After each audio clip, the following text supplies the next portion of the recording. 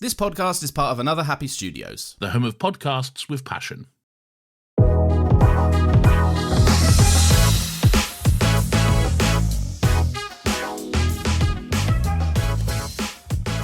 Hello and welcome once again to Talking Pictures Podcast. I'm your host David and joined with me as always my co-host Brian. Brian, how are you today?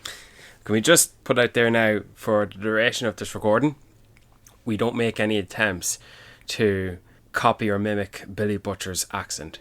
Okay, that's fine. I can promise to do that. No one can perfect it. Can I do an impression of Huey doing an impression of Billy Butcher? Yes, but you've got one chance to do it. Okay. Because I looked this up as well, because when he did that, he asked Carl Urban, can he send him a sample saying that line? So then... That's alright, listen, Jack come here. We just won't do it. How about that? We just won't do it. Okay, you afraid? No. Little Miss Sunshine too afraid to make that first attempt? What do you mean? No, I would do it perfectly. Would you? Yeah.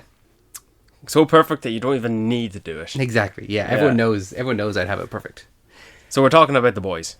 Talking about The Boys. Before we kick things off, talking about all 5 seasons of The Boys. And whatever seasons you want to include of Gen V and that. Yeah, we're going to talk about a trailer of the week. Have you got a trailer of the week for us? We're Talking Pictures Podcast, by the way. Welcome. I already said that, man. Did you? Yeah, welcome Talking Pictures Podcast. Goes to show how much I listen to you. Clearly, you're so invested in what's on your phone, you don't actually see what's going on in front of your eyes. I'm always having to think of what I have to say before I get to speak. Could you say hello? Could you say hello? I've exhausted all avenues of introducing myself. Come on, what's the trailer of the week? Come on. It's going to be long enough already. It is going to be long enough. Now, remember Andor. How could it not be Vought Rising? As I said to you, sure, this whole season of The Boys has been a trailer for Vought Rising. No, it's not. Shut up. It's not. No, it's not. It's not. Yeah, it looks good. What do you think? Do you have the feels of what's the point in doing this? It's a prequel. We know like half of these characters and where they end up. What's the point in doing this show? Is part of you feeling, thinking like that? Because if you are, may I turn you to Andor?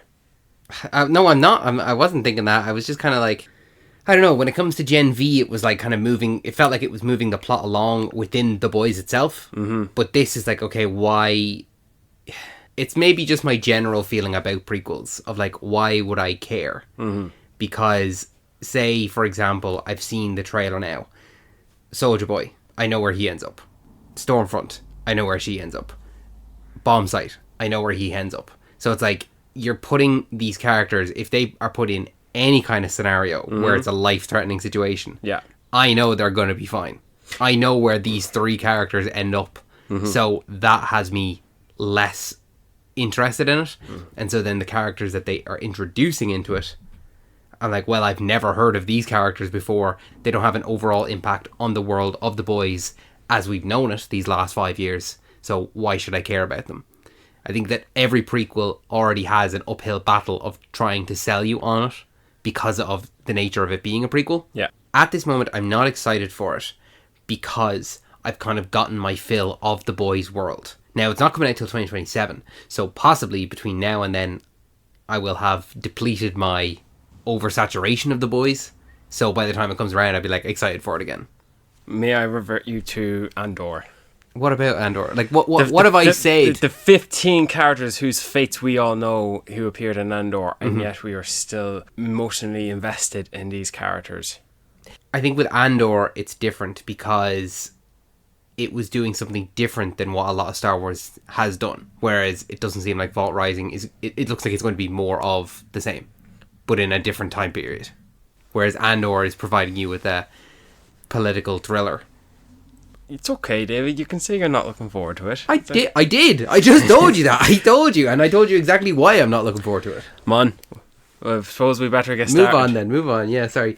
Vought Rising, look out for it next year, 2027. Yeah, when we talk about on Amazon Prime. Yeah, when we talk about it by properly. Jeff Bezos. Oh yeah, I forgot he's the head of that. How could you forget, man? I completely forgot. How does he not have any input in the creative decisions of this show because of how popular it is? See that too busy putting in a hard day's work, you know. Gotta earn them billions. Just don't know, man. Like that Elon Musk, you'd think he'd be in cahoots with him. He probably is. Yeah, they're all the billionaires. They've got their own little club. So how come? I'm just surprised Bezos didn't, give the curly finger to Quickpea to say, "Hey, listen, I want you to I want you to stop with the democratic left Yeah. leaning.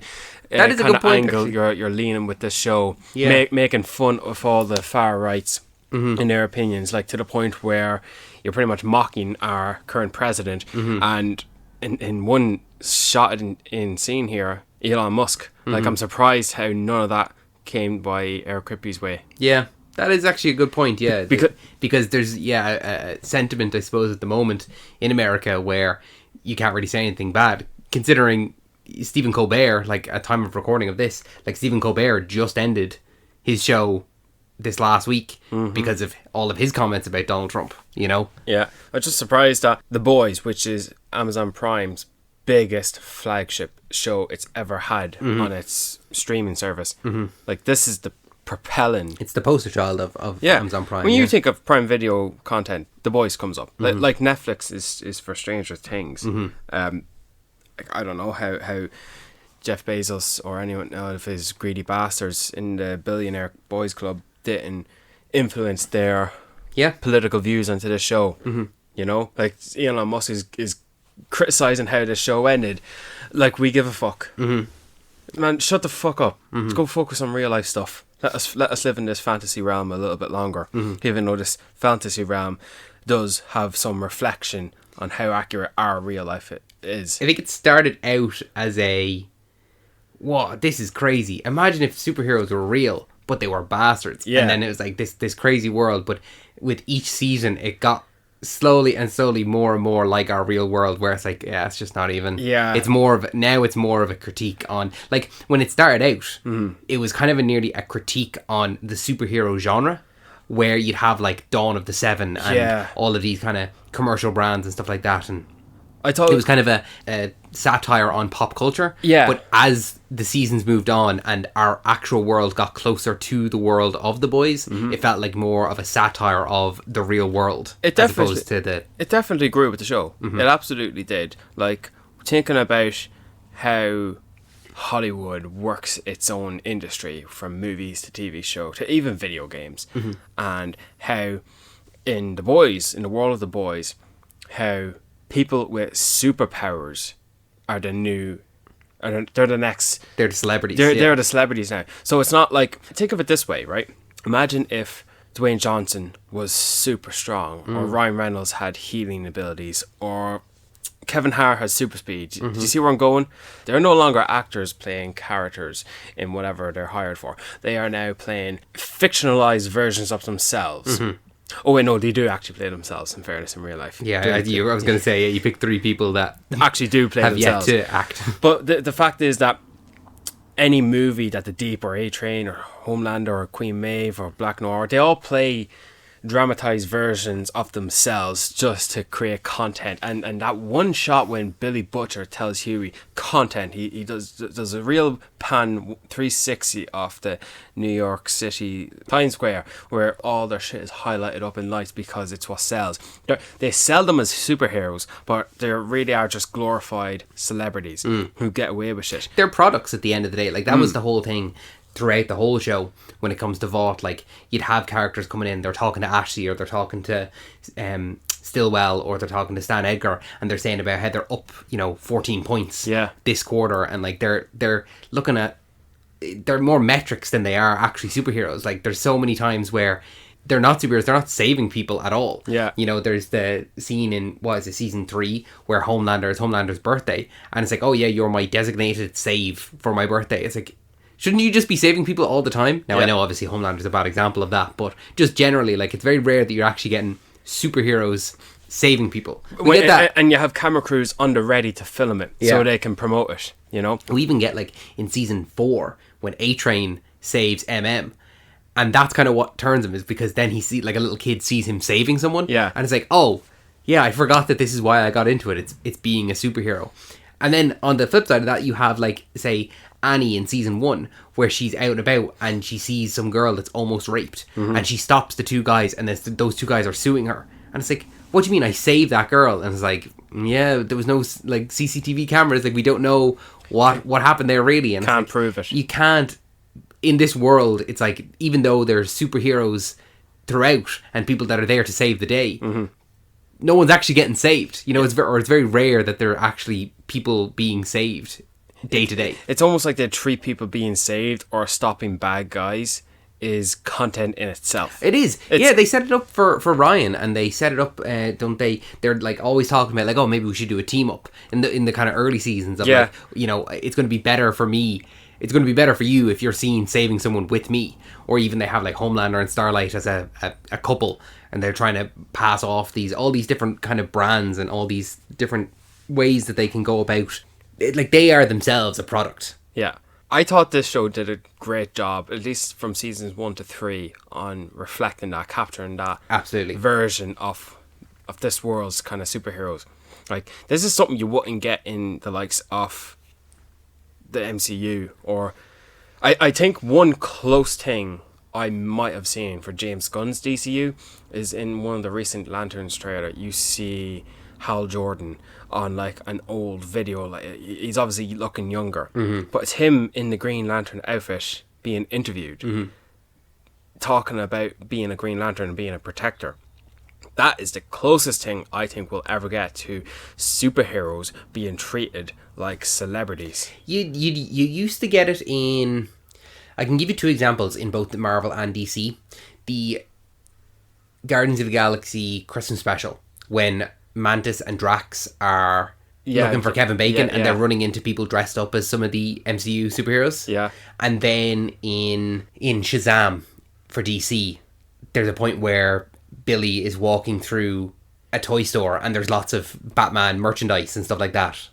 Yeah, but those are real like inklings. That's what I mean. That's the closest you're going to get to it. It's like, this is background stuff. It's not at the forefront. Yeah, but the boys did it very well. Mm-hmm.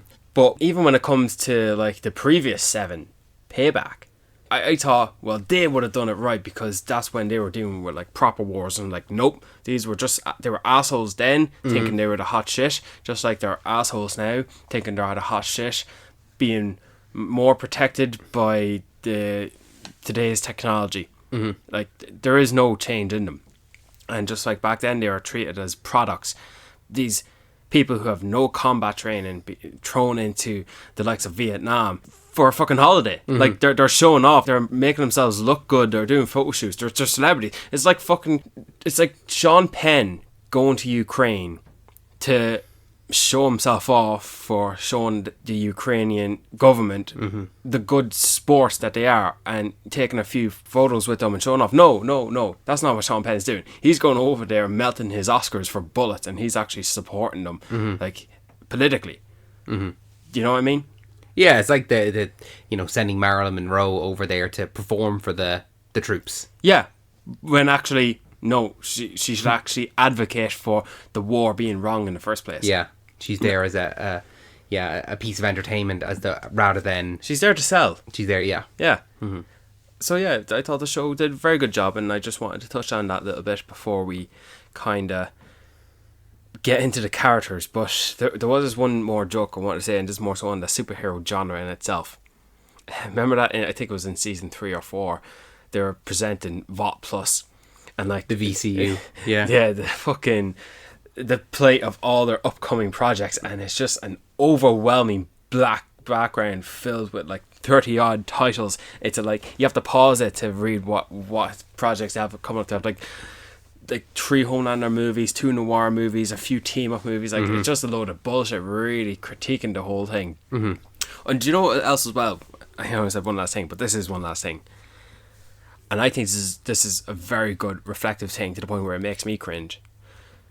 You ever watch some like piece of camera material, whether it be behind the scenes promotions of a show or a movie or anything really, anything dramatic to do with celebrities, and then you see how they replicate that for the characters in The Boys, whether it be A-Train talking about some stuff, or he's doing some promotional material, or anything Homelander comes up. It's like, this is how to start a scene. It's like fade from black to opening, still images of this character, and then they're talking about something, which is what they're promoting, whether it's Dawn of the Seven or the advert A-Train is doing, or this, whatever the hell Deep was doing at one time, because he's selling a load of stuff. That makes me cringe on The Boys. And then anytime I look at like I don't know, any actor they hire for the DCU or any new Star Wars movie or whatever, House of the Dragon, and you just see like these interviews and they're talking about, I feel like this season's going to be the best one yet, or I think this movie is going balls to the walls, you know, and we've never done anything like this, and then kaboom, rise with the music and then big explosions. It's like, yeah, the boys really took the piss out of you at this point, you know, and I can't even recall any behind the scenes promotional material for the actors of the boys doing for that. Like nothing beyond like red carpet shoots, you know. Yeah, I don't think I've ever seen really kind of the interviews ahead of the boys or anything like that. Yeah, because they already spend so much time lambasting that kind of style. You make yourselves look ridiculous if you start to do it as well. Yeah. It's kind of like the guys from South Park making fun of everyone else bar themselves. Do you know what I mean? Yeah.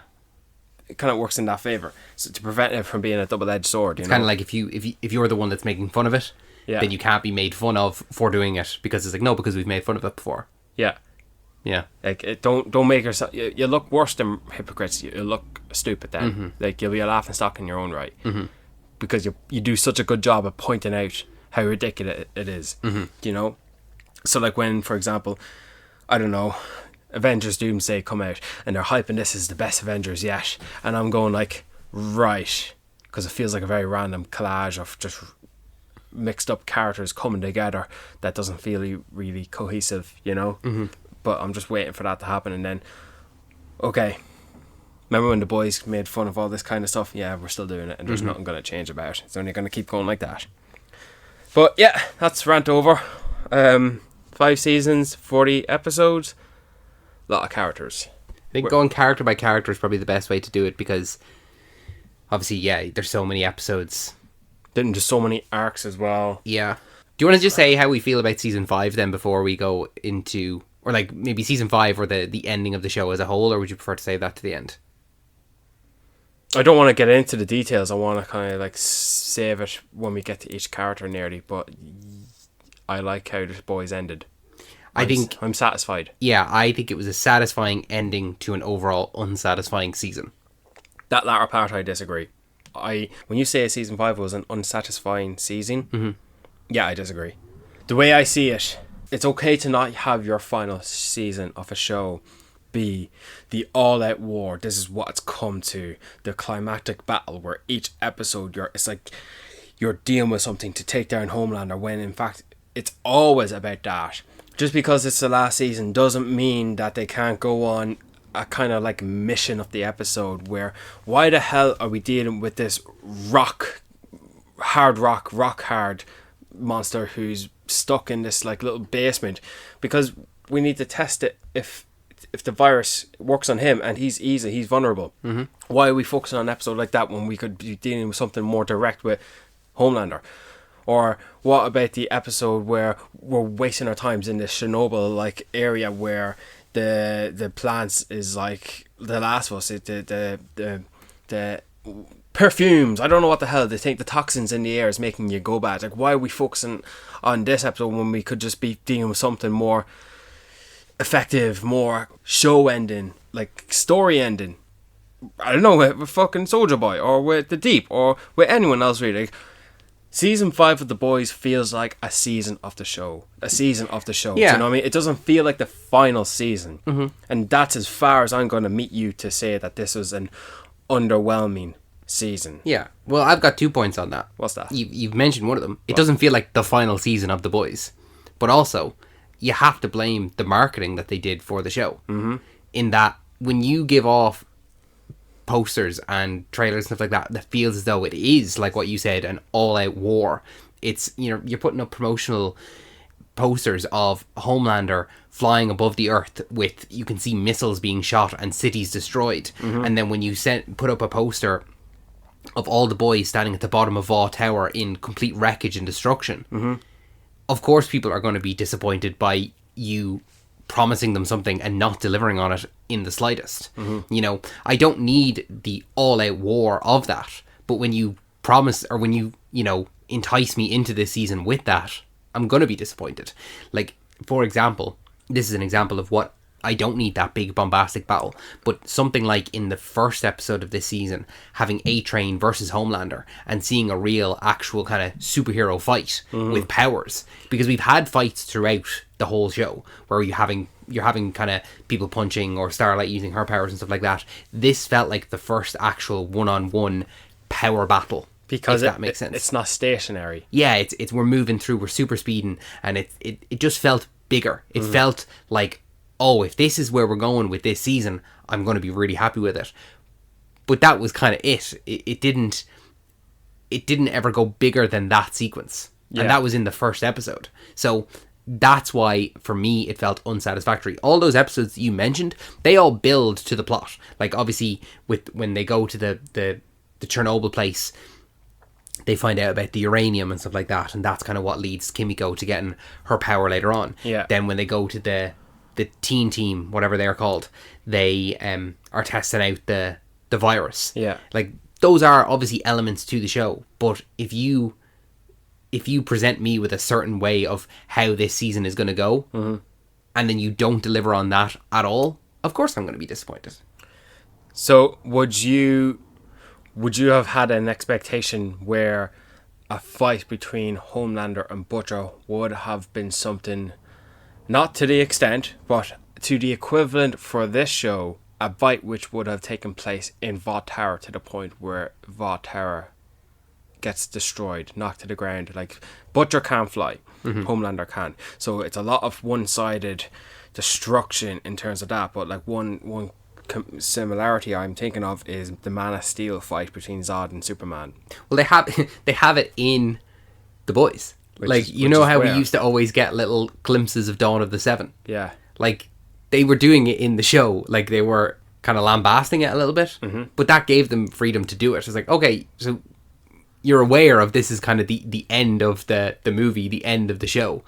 Even there was a poster, it was released right before the finale, and it's very reminiscent of the Superman, James Gunn Superman. No, this is the poster that was reminiscent of the Boys comic, where you have Butcher approaching the White House and you can see all of the superheroes flying in the background. Yeah. And I was like, oh, okay.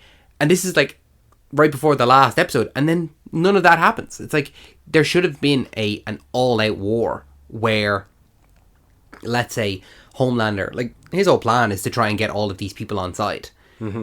He should have had more superheroes on his side. It's rally the troops and have, like, you know, I'm going to do this, and for all of the non-believers, here are all these superheroes. And there should have been just a bit of just general destruction. Now, it could have come to an end by the end of the Butcher Homelander fight. Yeah.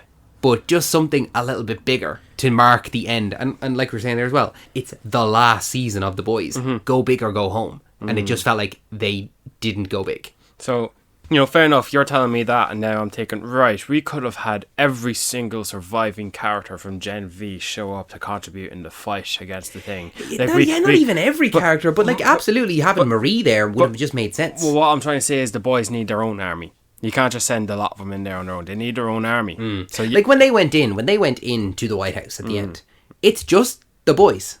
Yeah. They didn't really go in there with anything other than a powered up Kimiko. And they only got her an episode before. You know, they didn't really go in there all that well prepared. And this is their we're going in to take down Homelander. This is it. This is a suicide mission. Either we accomplish this or it's over. Yeah. They didn't really go in there all that well prepared. But like, yeah, why are you sending Marie away? Do you know what? We had this conversation after we watched the finale. I think you've done a better job making me see your side.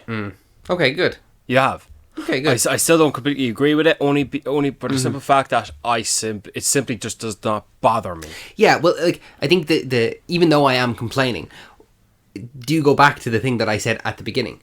I'm still satisfied with the ending for an overall unsatisfying season. Yeah. Like, I'm still satisfied with the season. I feel as though I was led to believe it was going to be one thing and it was something else. Yeah. But I am satisfied with the ending.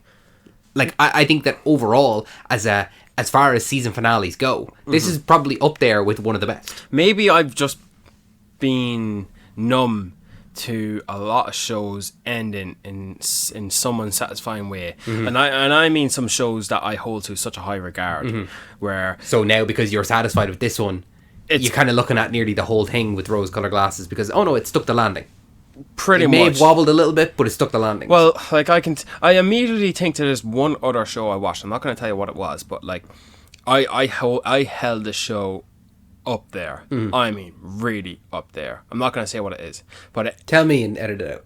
no, Unless it's the spoiler. in case you watch it, Well, go on, just tell me. I don't care. Ozark. Okay, yeah, right. I simply did not like the final scene of Ozark. That's okay, because I'll tell you one as well. What? I don't particularly like the last episode of Breaking Bad. Fair enough, and you know what? I feel bad for you. Yeah. I feel very bad for you. Maybe if you watch Ozark, maybe you will. Oh no, I actually dig the ending of Ozark. So okay, there you go. That's fine. So I'm content with the boys ending in a way that I deem satisfying. Yeah, that's good. And it seems as though we are definitely in the minority with that. But then again, to be honest with you, I'm kind of over social media, so I'm not really looking at this stuff. So have you been looking on social media? Is everyone giving out about it? I've not been looking at social media. Yeah. But what I've heard from other people, like our friend Callum, he said that a lot of people have been giving out about it. I've seen the tiniest little bit about people giving out about Homelander's ending, which I completely disagree with. We can talk about that obviously as we get to that character, but I'm to be honest with you, I'm just kind of over social media. I'm not on it anymore. So People can go fuck themselves. yeah, we're happy with it, and we're going to talk, I suppose, positively about the boys if we can. Very much positively about it. But what character would you like to talk about then first?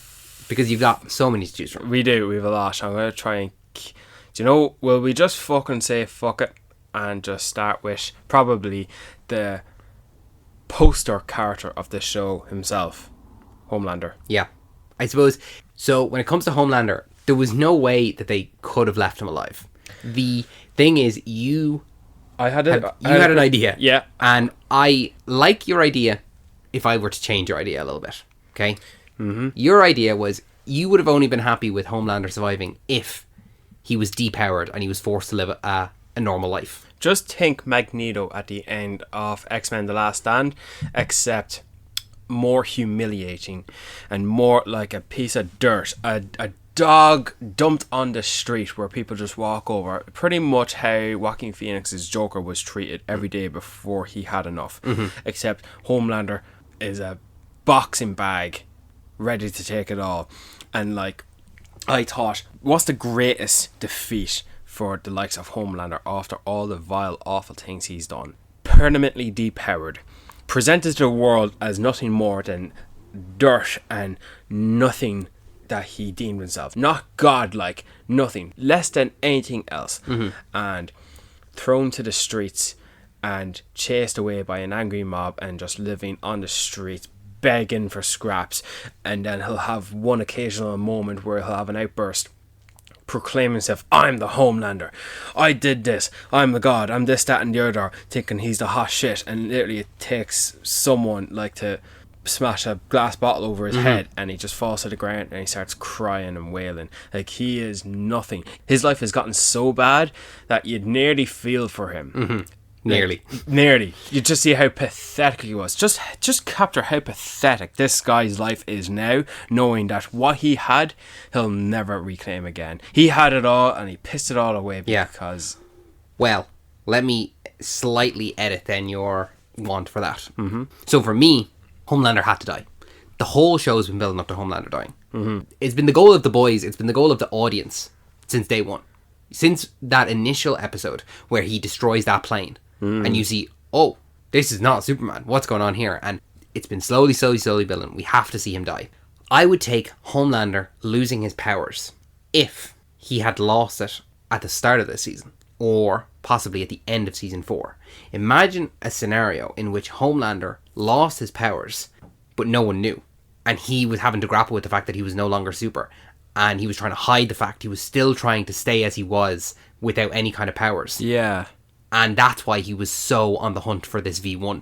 But you're not getting what you want. But then you're changing the entire season story nearly, because a lot of this story is propelled by what Homelander is doing. Well, a lot of this season is propelled by everyone looking for V1 in some way. But the fact that the boys are hunting it just like Homelander is. Yeah. Homelander is relying on a lot of his own powers to execute those. Yeah, but imagine him not having those powers and having to go about it in a different way. Like, why is Homelander looking for the V1? For immortality. Right? Yeah. That's it. That's all he's looking for it for. But imagine if he no longer had his powers. They've gotten rid of all the compound V. And there's no way for him to get powers other than this V1. Yeah. And him trying to hide that from everyone. Everyone at Vought. He's still trying to play top dog. But he doesn't have powers. Yeah. I won't deny being curious to see that. But I wouldn't have wanted that. I would not have wanted that for nearly a season. Because then Homelander can't do what he's done throughout this season. Now, don't... Like what? Well, don't pull them out to me. It's like, what did he do here? Because a lot of the things he did do that doesn't involve killing people is his flight. How can he fly to most of the places he goes to? His partnership with Soldier Boy. He can't possibly stand up to Soldier Boy without his powers. Yeah, exactly. So imagine him trying to bluff his way in an argument where, yes, he knows that Soldier Boy can kill him, but he has to use his own I don't think he's status. I don't think he's capable. I think it would have been a good experiment to do. Experiment, yes, but I don't think... No. Okay, That's fine. That's fine. It was just an idea. I respectfully reject it. That's okay. So then talk about what we did get with Homelander. In terms of his conclusion. I suppose it's the It's what there's everyone not wants really to hear. much. Yeah, it's not really much we can say Or that other people have. Don't short play this, David. We're talking about Homelander, but we can talk about how he ended.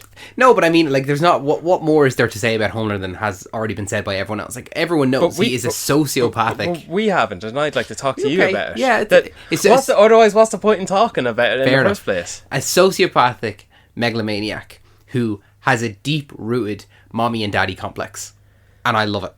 It's the worst version of Superman we've ever gotten. But not in the he's a bad version of Superman. He's the worst possible human being that could be a Superman. Yeah, kind of way. Like, some of the smartest things he's done was, what did he do to... He sent V all around the world to create supervillains. Yeah, and you know, I think I forget who said this, but someone said that, I would have liked to see a proper supervillain in this show, but no, we don't get any. Yeah. No, that's not that a soup terrorist, they label him, and that's actually a smart thing to keep themselves in business. Do you know? And he's looking after Madeline because that's why he shot down the plane, because he was going against her, asking for too much. And so Homelander does what he can do because he's the Homelander. He can do whatever the fuck he wants. And then when he realises that Madeline betrayed him, lying about him being a father, after all that, he didn't hesitate to kill her. He made his decision well in advance, and he killed her. And I was actually happy she died. I actually kind of got sick of her really quick. Like, she's not someone I would have liked to have seen. She had too much control over Homelander. Like, she was able to get him to do what she wanted, and there's only a few characters that are like that. And then obviously she's replaced by Ashley much later on, who is definitely she's completely under Homelander's thumb. Yeah. But I suppose Stan Eggert replaces her as the one who can control Homelander. But like, yeah, I was happy that Madeline's doing well. Like, I just didn't like her smirk attitude. Okay. Do you know? I just didn't. I liked her, yeah, but did you? No, yeah. Oh, no, I didn't. But once he found out he had a son, he just got worse, thinking he can just impose himself on Becca's life, which is already kind of hard enough because... Well, yeah, he grew up in a situation where he did not have his mother or his father, so he immediately wants to be that father figure for Ryan. But I think the thing that I love about the relationship that Homelander has with Ryan and the relationship that he has with Soldier Boy is that he has such a terrible father-son relationship in both directions. Him as the father and him as the son. Neither of them like him. Like, there's so many times where he's just verbally undressed by Soldier Boy. And even in the last episode where he goes to Ryan and Ryan is there verbally undressing him as well, where he's like, I don't want anything to do with you. You can see the tears welling up in his eyes. And it's like, there were people that were giving out about Homelander's ending, where they're like, oh, he wouldn't have done this, he wouldn't have, stooped that low or anything like this. And I'm like, did you see the scene earlier in the scene where, while he has his powers, you can see tears welling up in his eyes because of what his son is saying to him? And at the end point, when he's literally in the most vulnerable position of his entire life, he's never been in this situation. Of course he's going to be like that. He's in a situation where he's face to face with his son who he knows he can kill at any point. And here he is nearly crying. It's like, Homelander is just a complete man-child, wussy baby who will throw a tantrum and cry and throw his toys out the pram, except for the fact that he has superpowers and can kill anyone at any point. And then he goes off complaining about why is everyone scared of me. Like even that bothers him to the point where he'll go kill everyone. Like, it does come to the point where Homelander walks into a room and you're thinking, who is he going to kill? Yeah. Like, someone like even the Deep is like, why is the Deep still alive? And you get it where Homelander tells him, it's like, you're not even worth killing. Like, it's not worth my time to kill you. Yeah. All of these people who I've killed or I've done these bad things to throughout my entire life, you're not even worth it. They kill a lot of, like, guys who, like, steals handbags, or guys who are committing a robbery or just a simple assault. But then, remember the designated save he has where the girl's threatening to jump? And then he thinks, you know what, I think you should do it. Just because the Stormfront had ended herself. And now he feels alone. And it's like, yeah, jump. Like, there's a lot of folks that he does that to. What about all those poor soldiers who work for Edgar coming into the cabin and no Ryan, no Butcher, and then Homelander walks in and shuts the door, asks, where's my son? And just lasers everyone. And then all that, I think this is very iconic where Homelander walks out and it's just blood all over him. But it's not like complete red blood, it's like kind of black nearly. Dried, yeah. It's proper, dried up blood. Yeah. Like, I remember that. I remember seeing that still image before even watching the show. I was like, oh my God, like, is he hurt or is he done something bad? Don't worry, it's not his blood. It's not his blood. You know what? There's a few things that throughout the show they did with Homelander, which again I would have liked to see more of in the final season.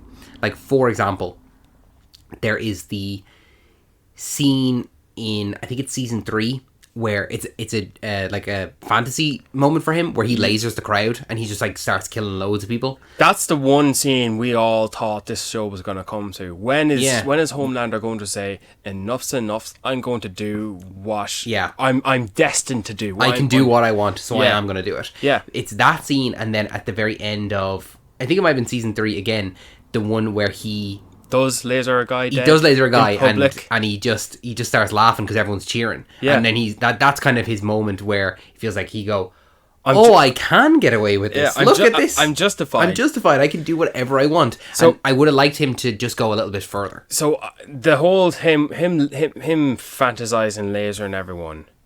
It's too early in the show to do that. It is absolutely, yeah. Like, because when it did happen, you're like, oh my God, what? Yeah. And then it's revealed to be a bit of a dream sequence for him. Yeah, it's like with Omni-Man doing what he did at the end of season 1 of Invincible. He did that. He's no longer Omni-Man, we know, just like everyone else knows Homelander to be what he is. So when he kills that one guy in public who's a Starlighter fan, so he's a Democrat, he's killed in public. That was the first stepping stone to get to that point. Yeah, but it just doesn't feel as though we got to that. Fair enough, we didn't get to that point. We didn't get to the point where he kills a few people that maybe it would have been recorded and it was questionable as to whether he was justified or not. We never got a scene like that. Yeah. Where we never get a scene where he threatens reporters or he threatens Congress. Like he never gets tried on anything. And there is the trial that takes place in season 4, but he's found innocent. Ah, well then, yeah, there you go. He's found innocent because there's nothing they can do. Like, that's it. So, no, we didn't get to that point. We didn't get what Zod was going to do in Man of Steel, you know? Because whereas you believe Zod was going to kill every person on the planet, just as he promised he would, obviously we can't because it's the movies. We can't get that. In the show like this with the boys, where they have created their own genre where superheroes can be R-rated and they can do questionable things, we still didn't get that. We didn't get Homelander destroying an entire city, do you know? But I mean, I'm not going to go down the laundry list of things that we didn't get, because at the end of the day, I am happy with what we had. Yeah. So I like some of the initiatives he did take. Like in season 2, he rallied the 7 to go after the boys, which is when they shut the boat into the whale. Mm-hmm. That was a great moment. I did fear some of the close calls he got, like nearly making Starlight kill Huey, or when he nearly killed Huey himself by lasering the vents. Mm-hmm. And then he took some extra steps with recruiting the likes of Sister Sage, because he was leading his own charge, and this is after Stan Egger has been gone, and he kind of recruited Newman on his side to like do what he wants, even though she's an opposing force against him. But he's trying to, like I said, he's trying to lead his own charge, but he doesn't know how to run Vought. No, he thinks he does. He thinks he's great. Like, there's one sequence actually before he recruits Sister Sage. It's in season 3 where he fights Butcher and Soldier Boy. Yeah. And like, it's the first time where he kind of loses a fight, where he runs away. Yeah. And it's a real like, it's actually kind of a win for the boys themselves, where they go, oh, we can do this. Yeah. There's a possibility here. It's what we've all wanted to see. Mm-hmm. Like, I remember looking forward to that fight and rewatching this, knowing this is the closest the boys will ever get to getting a win so far. Because how many attempts did the boys get to fucking take out Homelander? They try to reveal that this is superpowers given by God. It's a complete hoax. They post that on the news in season 1. Mm-hmm. Then they threaten him with the video footage from the flight, and that doesn't get thrown out there. It's threatened all the way to season 3, and he says, "Okay, fine, yeah, okay, you can release it, you can post it, but then what? I'm going to kill everyone." Yeah, you've no leverage over me then, so they can't call their bluff anymore.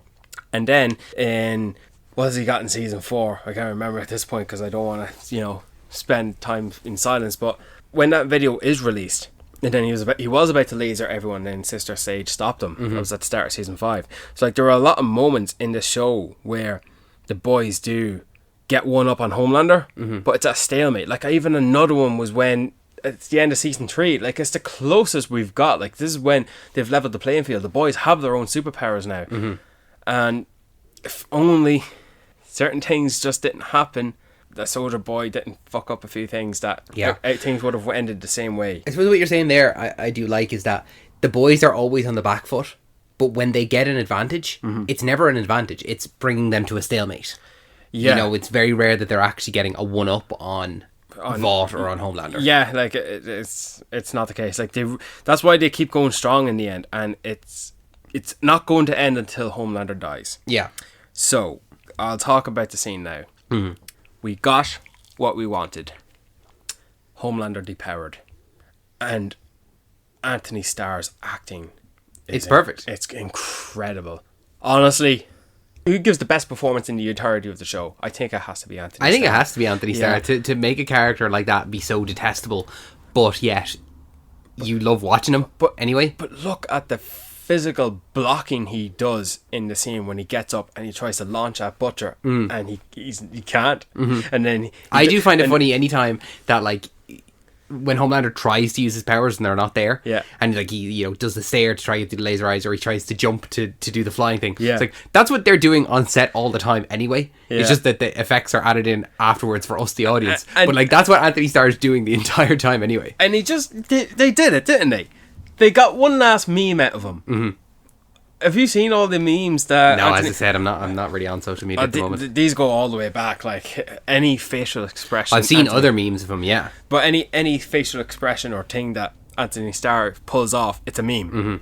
And this last one was he jumps in the air and he tries it again, and he just stops. He looks into the distance, like, you can hear him gulp, and then you can hear him wheezing because he's been injured from the blast.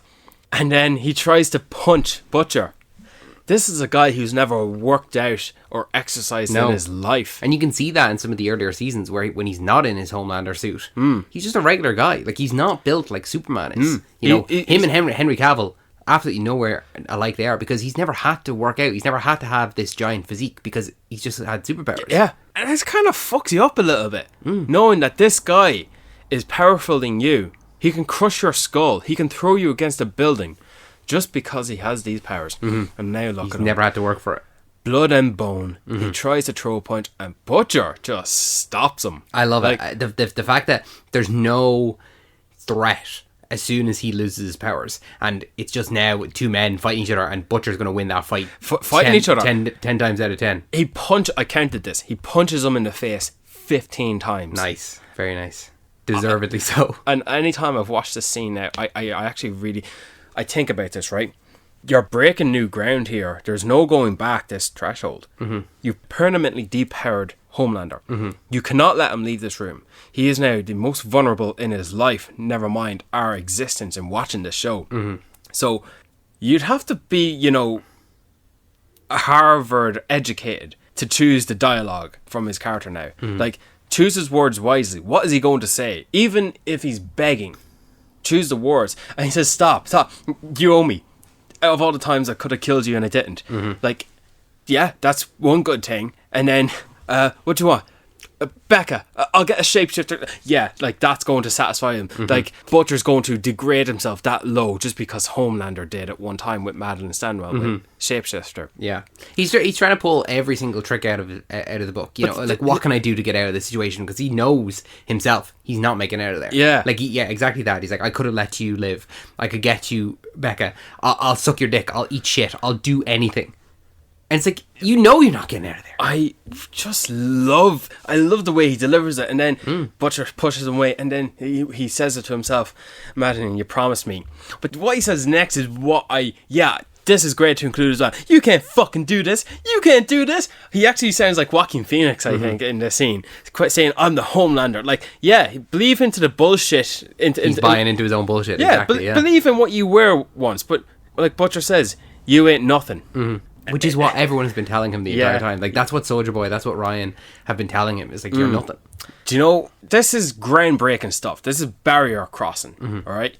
You're about to kill Homelander, one of the significant villains in pop culture in the last decade. It's the thing that we've been building towards for 5 years.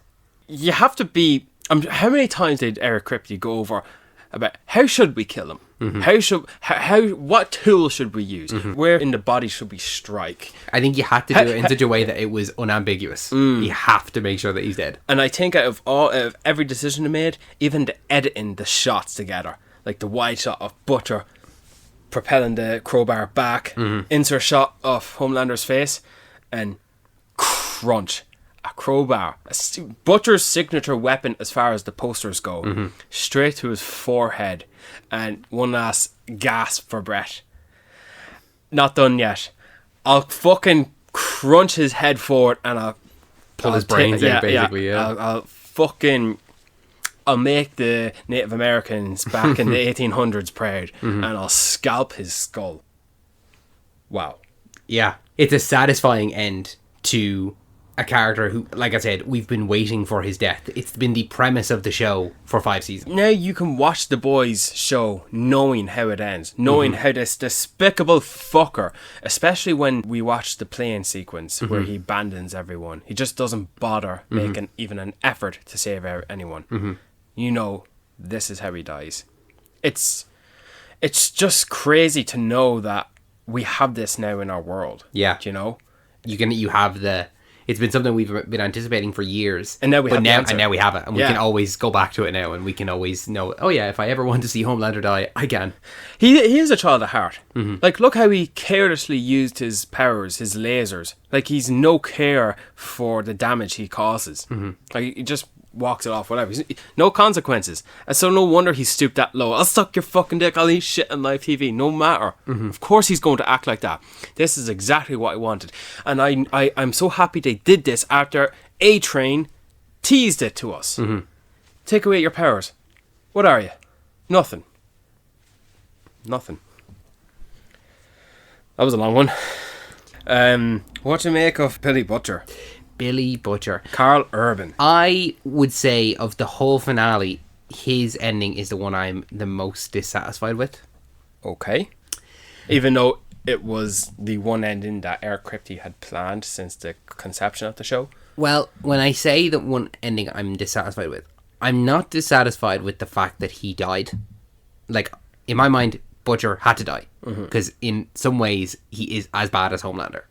He just does that to soups or people that he deems, while Homelander does it to people that are undeserving, at least Butcher believes they are deserving. And some of them, yeah, maybe so, but he is as bad as Homelander in a lot of respects. Yeah. So, well, think about it. How many times did he beat up Huey? How many times did he threaten to kill Kimiko and Starlight and undermine them? Yeah, he just uses people. Remember what he did to Mesmer? Haley Joel Osment's character, he smashes his head and face against the sink in the bathroom. I think that what I'm just dissatisfied about it is just like the manner of which he goes out. Like that final confrontation in Vought Tower with Huey. I'm like, I don't really need this. I don't think. Like, had he had sustained some kind of an injury in the fight with Homelander, and he had succumbed to his injury after killing Homelander, like, they should have both died in that Oval Office. Neither of them should have left that room. You know, that kind of way? Where it feels like the ending should have been... Their ending should have matched, almost. I would agree with that if the climactic battle was much, much more larger in scale. Like, if the battle reached to the outside garden of the White House, maybe, with superheroes fighting each other, with the military, with human beings fighting supes who are on Homelander's side. If it was a third act battle sequence you'd expect to see in any given superhero movie, then yeah, I would expect it to end like... You know what? It wouldn't have even needed to have been that. There could have been a situation where a piece of wood from the Oval Office, from the desk, like it was thrown at Butcher and it was implanted in his side, and then Kimiko does the blast, and because he no longer has his powers, that's what kills him. Or even something like there's such a big deal about season 4, like he has the super cancer. Like, imagine if he just lost his powers and it's like, oh yeah, well the cancer is back then. Like, you no longer have your powers to kind of fight the cancer. Like, just have him die there as opposed to the way that it did end with Huey having to do it. Yeah. Now, that being said, I do like I suppose the character, like, I do like the fact that he's so staunch in his belief that people shouldn't have these powers. There should not be supes at all. And I do like the fact that he has that fight with Huey. Huey kills him. He has that slight moment right before where he decides, oh, I'm not actually going to do it. Huey doesn't know that. Yeah. But when he's put to the ground, when he sits down and he's dying, he comforts Huey. He tells him, you didn't have a choice. I wasn't going to stop. You know, he doesn't allow Huey to take the blame for this. Yeah, he's like, you made the right call in this. Yeah, it's kind of like, there's no point in going back. I even like how they filmed it. I liked how they framed it. I liked how they edited it. I liked how everyone looked. Butcher holding the little device before he considers pressing the button. How Butcher was framed looking down at Huey, reminiscent of his brother. How they edited the flash of light from the gun when Huey pulled the trigger. I loved it. I loved it all.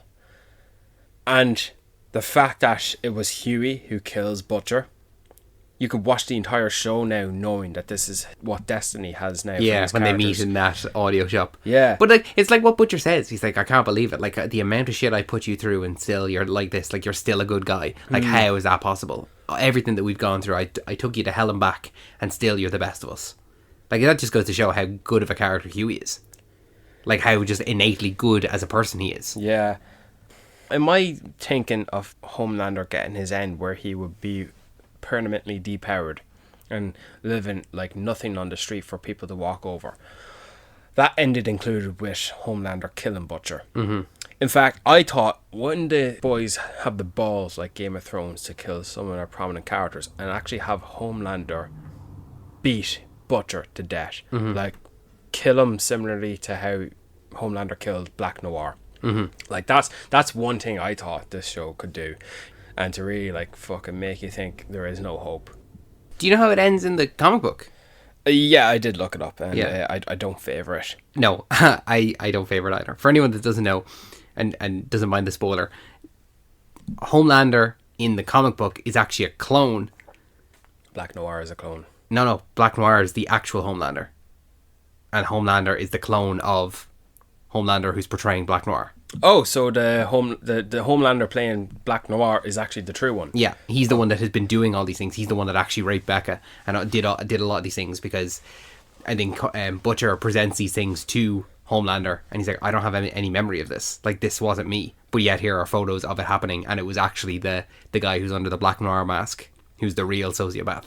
Oh, how could the comics go on for so long showing side Homelander showing his narrative. I think the guy that was Homelander was also doing bad things. He just wasn't doing all of the bad things. There was essentially two Homelanders the whole time. But I prefer this. This is much better. Butcher's probably the coolest character you could ever create in the show. Like, honestly, Carl Urban. He just portrays him so well. He portrays him very well. Do you know Anthony Starr and Carl Urban are both from New Zealand? Yeah. And I don't know if I've ever seen anything with Carl Urban where he uses his actual New Zealand accent. Yeah, like, it's time to see him with that accent, and it's just funny to see that, you know. Like, I don't know why. One's using a Cockney British accent, the other one's playing old American. Like, they do the accents very well. But Carl Urban, like, to think about this, he was a part of an ensemble in the Star Trek franchise. One of his latest movies where he's billing name is the movie we just talked about the week before, Mortal Kombat, and that's, like, in the grand scheme of things, a B movie. And then another B movie he was completely masked up in Judge Dredd. Yeah. So there's not really much he has under his belt to Lord of the Rings. He's like side character. Like, he's not a major role in that. Yeah, exactly. So this is his signature character. I would agree. I think so. I think this is the thing that really brought him to the forefront of people's minds. I would think this has boosted his salary. This has boosted his rate up. And good on him. I'd reckon so. It's just funny that with the catalogue of his filmography he has, it's funny to think that in this show alone, Anthony Starr is the one who probably might have gotten an equal pay, if not. I'd imagine he'd get an equal pay because of how prominent he is in the show. But my God, like, just think about it, we're not going to get Billy Butcher anymore. I liked him as a character, and I liked the first season. It was all about him trying to get revenge on Homelander because he thinks Homelander killed Becca. And now season 2 is all about him trying to get Becca back because turns out she's alive. And I suppose I like the fact that Becca dies by the end of season 2, because then we're back to the norm of the show where no more Becca. Billy is on his own. He also has the burden of having to watch over her son, who's not his son, who's also the son of the immortal enemy, or he's trying to kill. Yeah, it's a tough scenario to be in. Absolutely. Like, what do you make of the fact, like, they introduce Becca and they kill her by the end of the show? I mean, Butcher couldn't be rewarded. I suppose in the small sense that he did get to spend some more time with Becca, and he got some kind of an explanation. That's all the reward he can get. He can't get a happy ending with her. I suppose the boys' show doesn't continue with Butcher if Becca was alive. No, absolutely not. I suppose the tiniest little bit of a reward that Butcher gets going forward is Ryan is there. And there's so many times where he says, like, you're so like your mom. Do you know, like, Ryan is the good version of Homelander, and he's corrupted by Homelander as the show goes on. Like, there are some moments where he ends up killing someone. He's like, I didn't mean to do it. Like, and he genuinely feels bad about it, whereas Homelander wouldn't feel bad about something like in that situation. Like, and Homelander is constantly telling him how much more powerful he is, and he's like above these people, and they're essentially insects to him. Yeah. But for Butcher, while Homelander is his worst enemy, he is himself also his own worst enemy, because there are so many instances where he just pushes Ryan away too often, where quite often he'll get in a bad mood and he'll just like fuck Ryan off, and he'll like say, oh, I'm just using you to get to this, I'm using you as a means to an end, this kind of stuff. He does do it like it's 3 times at least throughout the series. And you're like, oh my God, stop, please. Like, just like, he's a kid. Like, you know, in the finale, Ryan is supposed to be 13 years old. Like, he's a kid. Yeah. Well, it's supposed to be. But yeah, he's obviously, the actor is a little bit older. But like, come on, like, he's a child. Yeah. And he is, I'm sure, he has, and by he I mean Ryan, has been told stories about Butcher by Becca, by his mom. He's heard stories about Terror as well, the dog. Yeah. Like, she's telling him stories as if Butcher is his dad, you know? Should be his dad, a better father figure. Yeah, he's. I'm sure that Ryan is. Becca wanted Butcher to be his father. Yeah, you know, and had the situation been different, had the reveal at the end of season 5 been that Becca was alive the whole time, I'm sure that she would have never told Ryan about Homelander at all, and would have just presented Butcher as though it was his father. Yeah, and Butcher can't have an ounce of happiness, even, I suppose, even in the moment. Or right after he's achieved his life work, he's killed Homelander. He goes home to the only person he has left, his dog Terror, and dead.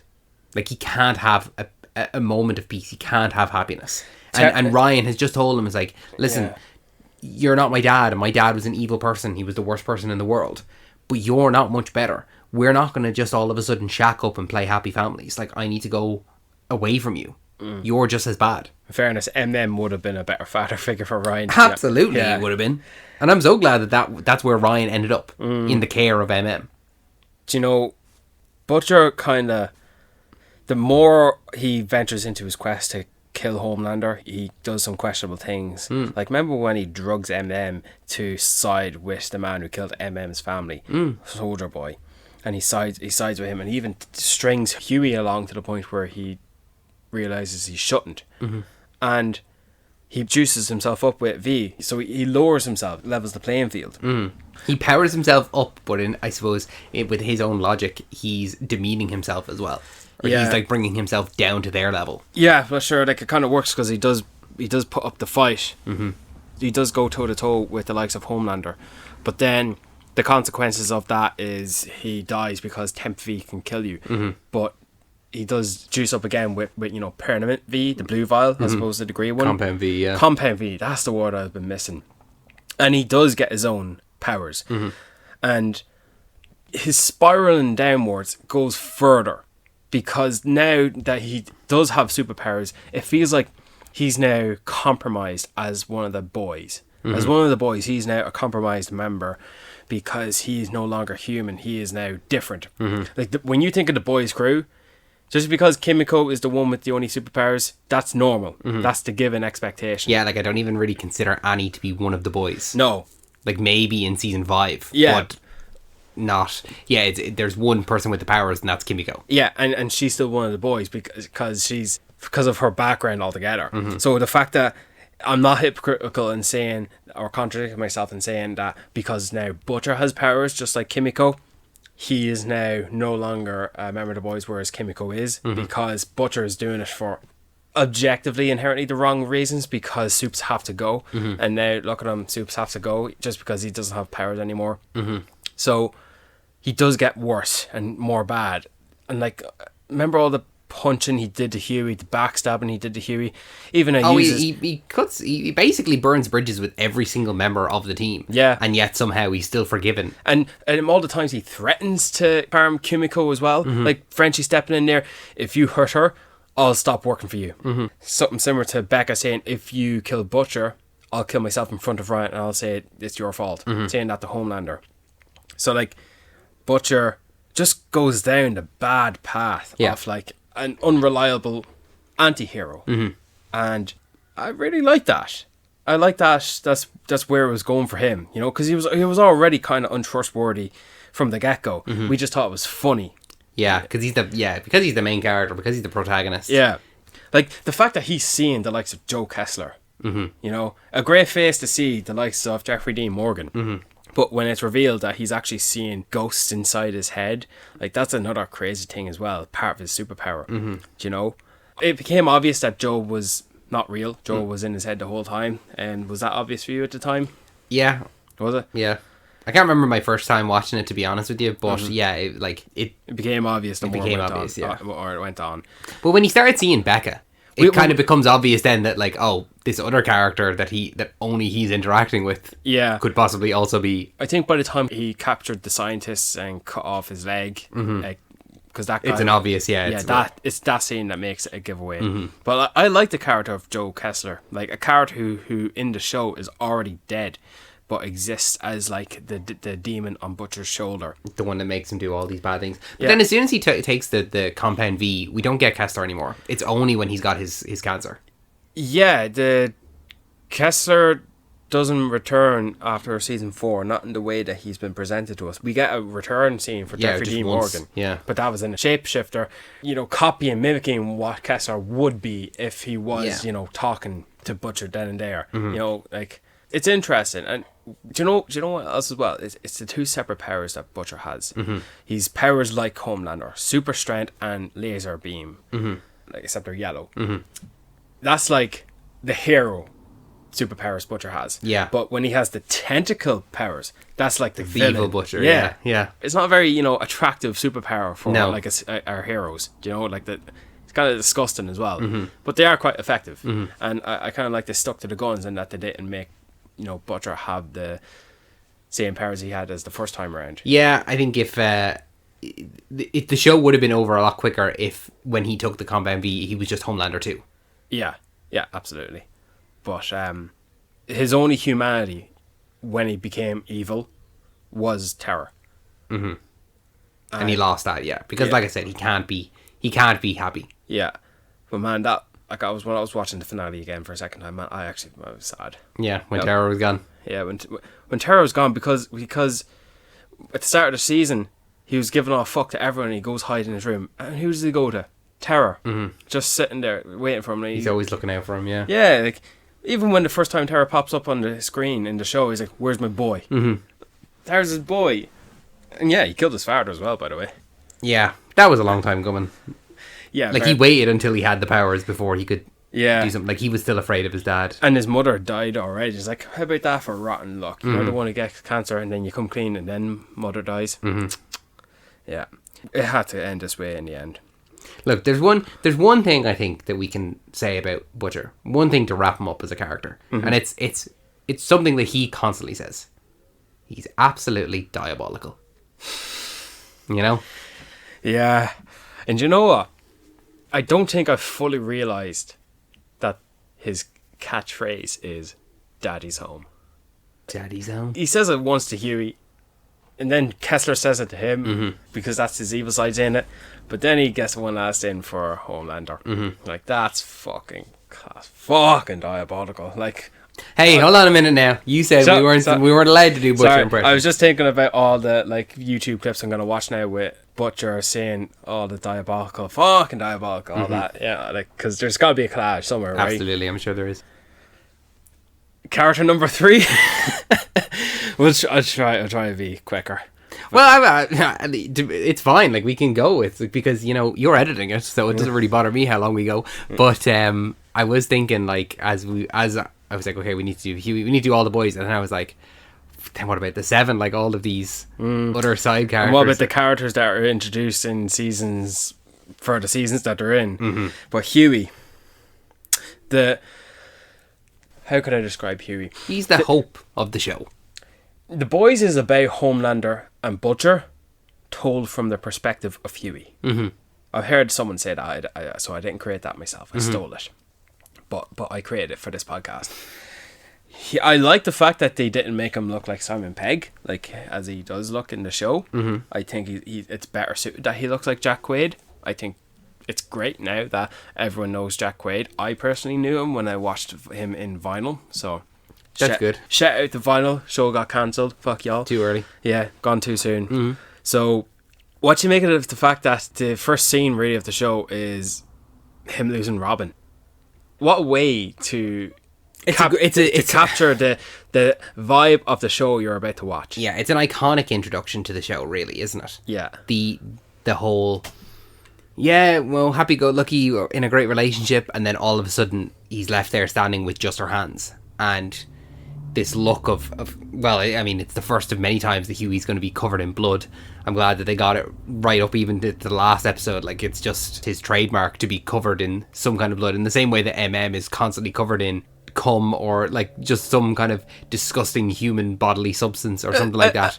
The stretchy dick. He's always like him being a germaphobe and having OCD. Like, of course he's going to be covered in that, but Huey just has to be constantly covered in a human's worth of blood.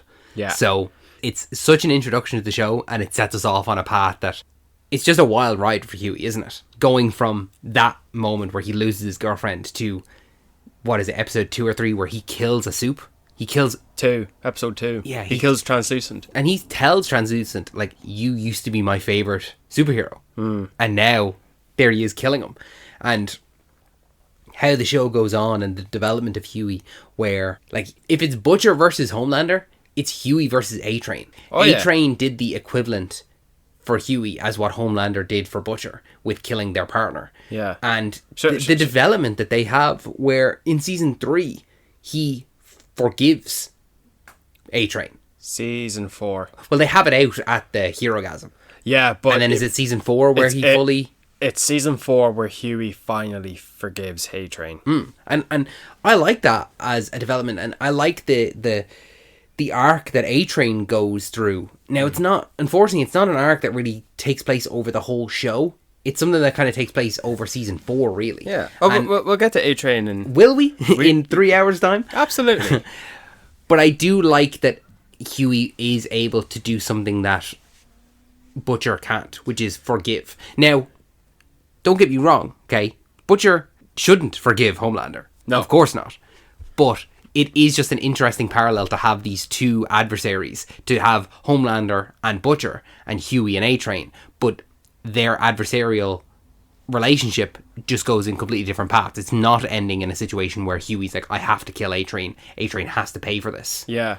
Where, like, when you look at it, A-Train killed Robin, but Homelander didn't kill Becca.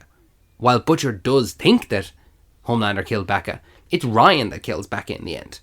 Now, Homelander did rape Becca, of course. That's and does more awful, terrible, despicable things. Yeah, he's awful, terrible person. But it's just interesting that while A-Train did, in fact, kill Robin, Huey still forgives him later down the road. Yeah. Huey's got an interesting narrative. Like, when it comes to shows, you have the boyfriend and the girlfriend, the romantic love interest amongst themselves, and the fact that Huey's on the boys and Annie is on the 7, and like that's a great, obviously, starting point to juxtapose the sides they're on and how they're battling each other. How Huey is definitely not one of the boys and is forced into this world because Butcher recruited him, and because Butcher forced this recruitment onto him by making him the bait for someone like Translucent. There's no escape now for Huey to get out of there, and because Huey is forced into the boys' quest to take down the Supes, one Supe at a time, one day at a time, that kind of is covered across season 2 and 3. Sorry, season 1 and 2, and season 3 where he gets a normal job, like working for Newman. Working with Newman, yeah. He just so happens to witness that, oh no, she's actually on this world as well. He can't escape it, yeah. Yeah, he just keeps getting covered in blood. And then that's his hitting point. That's when he lowers himself down and he takes Temp V. And I think his teleportation powers is actually quite suitable to his character. Part of me thinks, what would MM's Temp V power would be? What would Frenchie's Temp V power would be, you know? One can wonder. But, you know, Huey kills some folks, do you know? Do you know when in season 2, the police or the guys in a helicopter had crashed into the ocean for whatever reasons? Kimiko's brother, I think, took him down because he's got telekinesis. Huey throws the buoy out for the lads who are likely dead, feeling bad for them, and he's questioning his relationship, and then he just says, sitting inside the gut of the whale, say, no, I'm good, I'm just going to stay here, like in total shock, still getting accustomed to the life. Yeah, this is what we do for a living. And even then, Butcher's trying to, like, come on, son, you know, like he's trying to look after him, but he'll give up on him quickly enough. Like, I do like Huey's arc, and he really does never give up on Butcher. No. He never. No, while the others does. do, it's like, come on, like, we can't do it without him. Yeah. Even when MM becomes the leader of the boys, he can't hack it in the same way that Butcher can. And then, what do you make of the fact of what they deal with his father, Simon Pegg? Like, to be honest with you, I don't think much of it. Like, as in, I know that you really like it. I really like Simon and so Pegg's I don't want to acting. take up time saying anything about it because I don't have anything to say about it. So do please Say what I've got to say. say what you're going to say. Yeah. No, I've got nothing to say. I'm just asking you. That's okay. Like, it's interesting the fact that Huey is on the side of the boys where he agrees that, yeah, there shouldn't be superheroes, but he's surrounding himself with superheroes. He's giving his dad Compound V to save his life, and he's going out with Annie. But yeah, there he is. He's on the boys, working with Butcher to try and take down Vought and Supes. It's like it's an interesting kind of conflict of interest, I suppose. But Do you know what the reason I was bringing up Huey's kind of arc with Captain in the world of the boys, you know, pretty much becoming spies working for the government. It's what I thought the nature of the show would be. See the way in seasons 2 and seasons 5, the boys, the characters themselves, they're on the run. They're in hiding. They don't have access to civilized society or the powers that be in government. I thought that's what the entirety of The Boys was going to be. Yeah. I kind of nearly like that a little bit better. Yeah, because they were always on the back foot. And so they always have a home base of operations where they're Feels like hiding from. with all 5 seasons, they're always on the back foot. But Yeah. it makes more sense to have it on the back foot with 2 and 5. The fact when that- when they have government approval, Yeah. it's like, why are they so disadvantaged? Yeah, like still? government approval. They have homes to go to. They can easily live their lives. They're by going to an shopping. office. They're going to premieres where the 7 who are your at this point sworn enemies are just standing there next to you, knowing you can't do anything about it because there's cameras everywhere. Do you know what else I thought? Remember the laser eye baby? I thought that baby was going to be with the boys permanently. I thought this baby was a baby they rescued and they don't know what to do with the baby, and they just keep it. 3 men and a baby situation with superpowers. Yeah, well, the boys and the baby, and like they, I don't know, have a temporary nanny from time to time to look after them, and then they use the baby from time to time to execute their missions. And I don't know, the baby will kind of grow up a bit. I didn't think the baby was just going to be a one scene wonder situation. I thought the baby was going to be a bit of a mainstay. How wrong you were, sir. Well, this is what I thought before I watched season 1, and this I think season 2 came out at that point. But yeah, I like that Huey got to be a bit of a badass at the end. Like, no matter how strong of a punch he can throw, he can't take out Butcher. No. But I like his resilience. Even the look he gives him at that final scene in Vought, he spits out the blood saying, "Fuck you." Yeah. Like he's not gonna. You're going to have to kill me to stop me. Yeah. Yeah. He can't hit.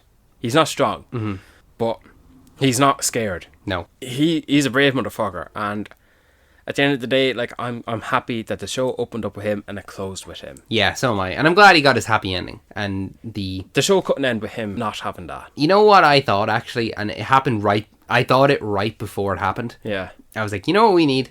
We need one more Billy Joel song. And then then the Billy Joel song started. And I'm like, okay, good. Because this is something that's kind of been through the whole series. It's like just Huey's love for Billy Joel. And that's kind of one of the things that him and Annie kind of bonded over as well. So I'm glad that Oh man, it's we didn't start the fire. It's my favorite Billy Joel song. Is it? We didn't start the fire. And that's Billy Joel's least favorite song. I know, but it's my favorite. God damn it! But I think it's very suitable for it to end on Piano Man. Yeah, that's my favorite Billy Joel song. Is it? Yeah, I think it's a lot of people's favorite Billy Joel song. Yeah. But yeah, I'm just glad that they didn't forget their kind of roots with Huey. Didn't forget that Huey has, a profession in home technology. Well, I'd argue that they did forget that right up until the end. Like when is it ever brought up again? Until they're in the White House, he shoots the thing, and then he ends up having his own store. I mean, Something that they seemed that. Now, in fairness, okay, When when did would they have needed it? yeah, well, absolutely. that's what I'm saying. But if that's the character's going to end, just see that a little bit sooner. Like, for example, okay, here's another character's end. I don't think we'll end up talking about him because we're already at nearly an hour and a half. Oh, we're talking about him. We're talking about him. We're talking about them all. Well, the character of Oh Father. Okay, we'll be talking about him a little bit. Yeah. His ending is foreshadowed 20 minutes before it happens. Like, that's it. Where I'm watching it, and I know you are different where you didn't see that, but they've foreshadowed how he's going to die, and I went, oh, but that's it. Like, now I know how this character is going to die. I'm just waiting for that scene to happen. They should have been a bit... It feels like with some of the endings of the last episode, they went, oh shit, it's the last episode. We forgot to do all these things. We need to do them now. That being Oh Father, and that being Huey's ending as well. Just his general ending of where he ends up. I know it doesn't bother you. No, it bothers me a little bit. No, but, that's fair enough. Nothing to spoil the whole show, but... And there are even some things that, they didn't end. There are a lot of things that left open. One thing, I'm sure we'll probably talk about him later, is Soldier Boy. Where his ending is just like... I'd like to save Soldier Boy for last. Okay.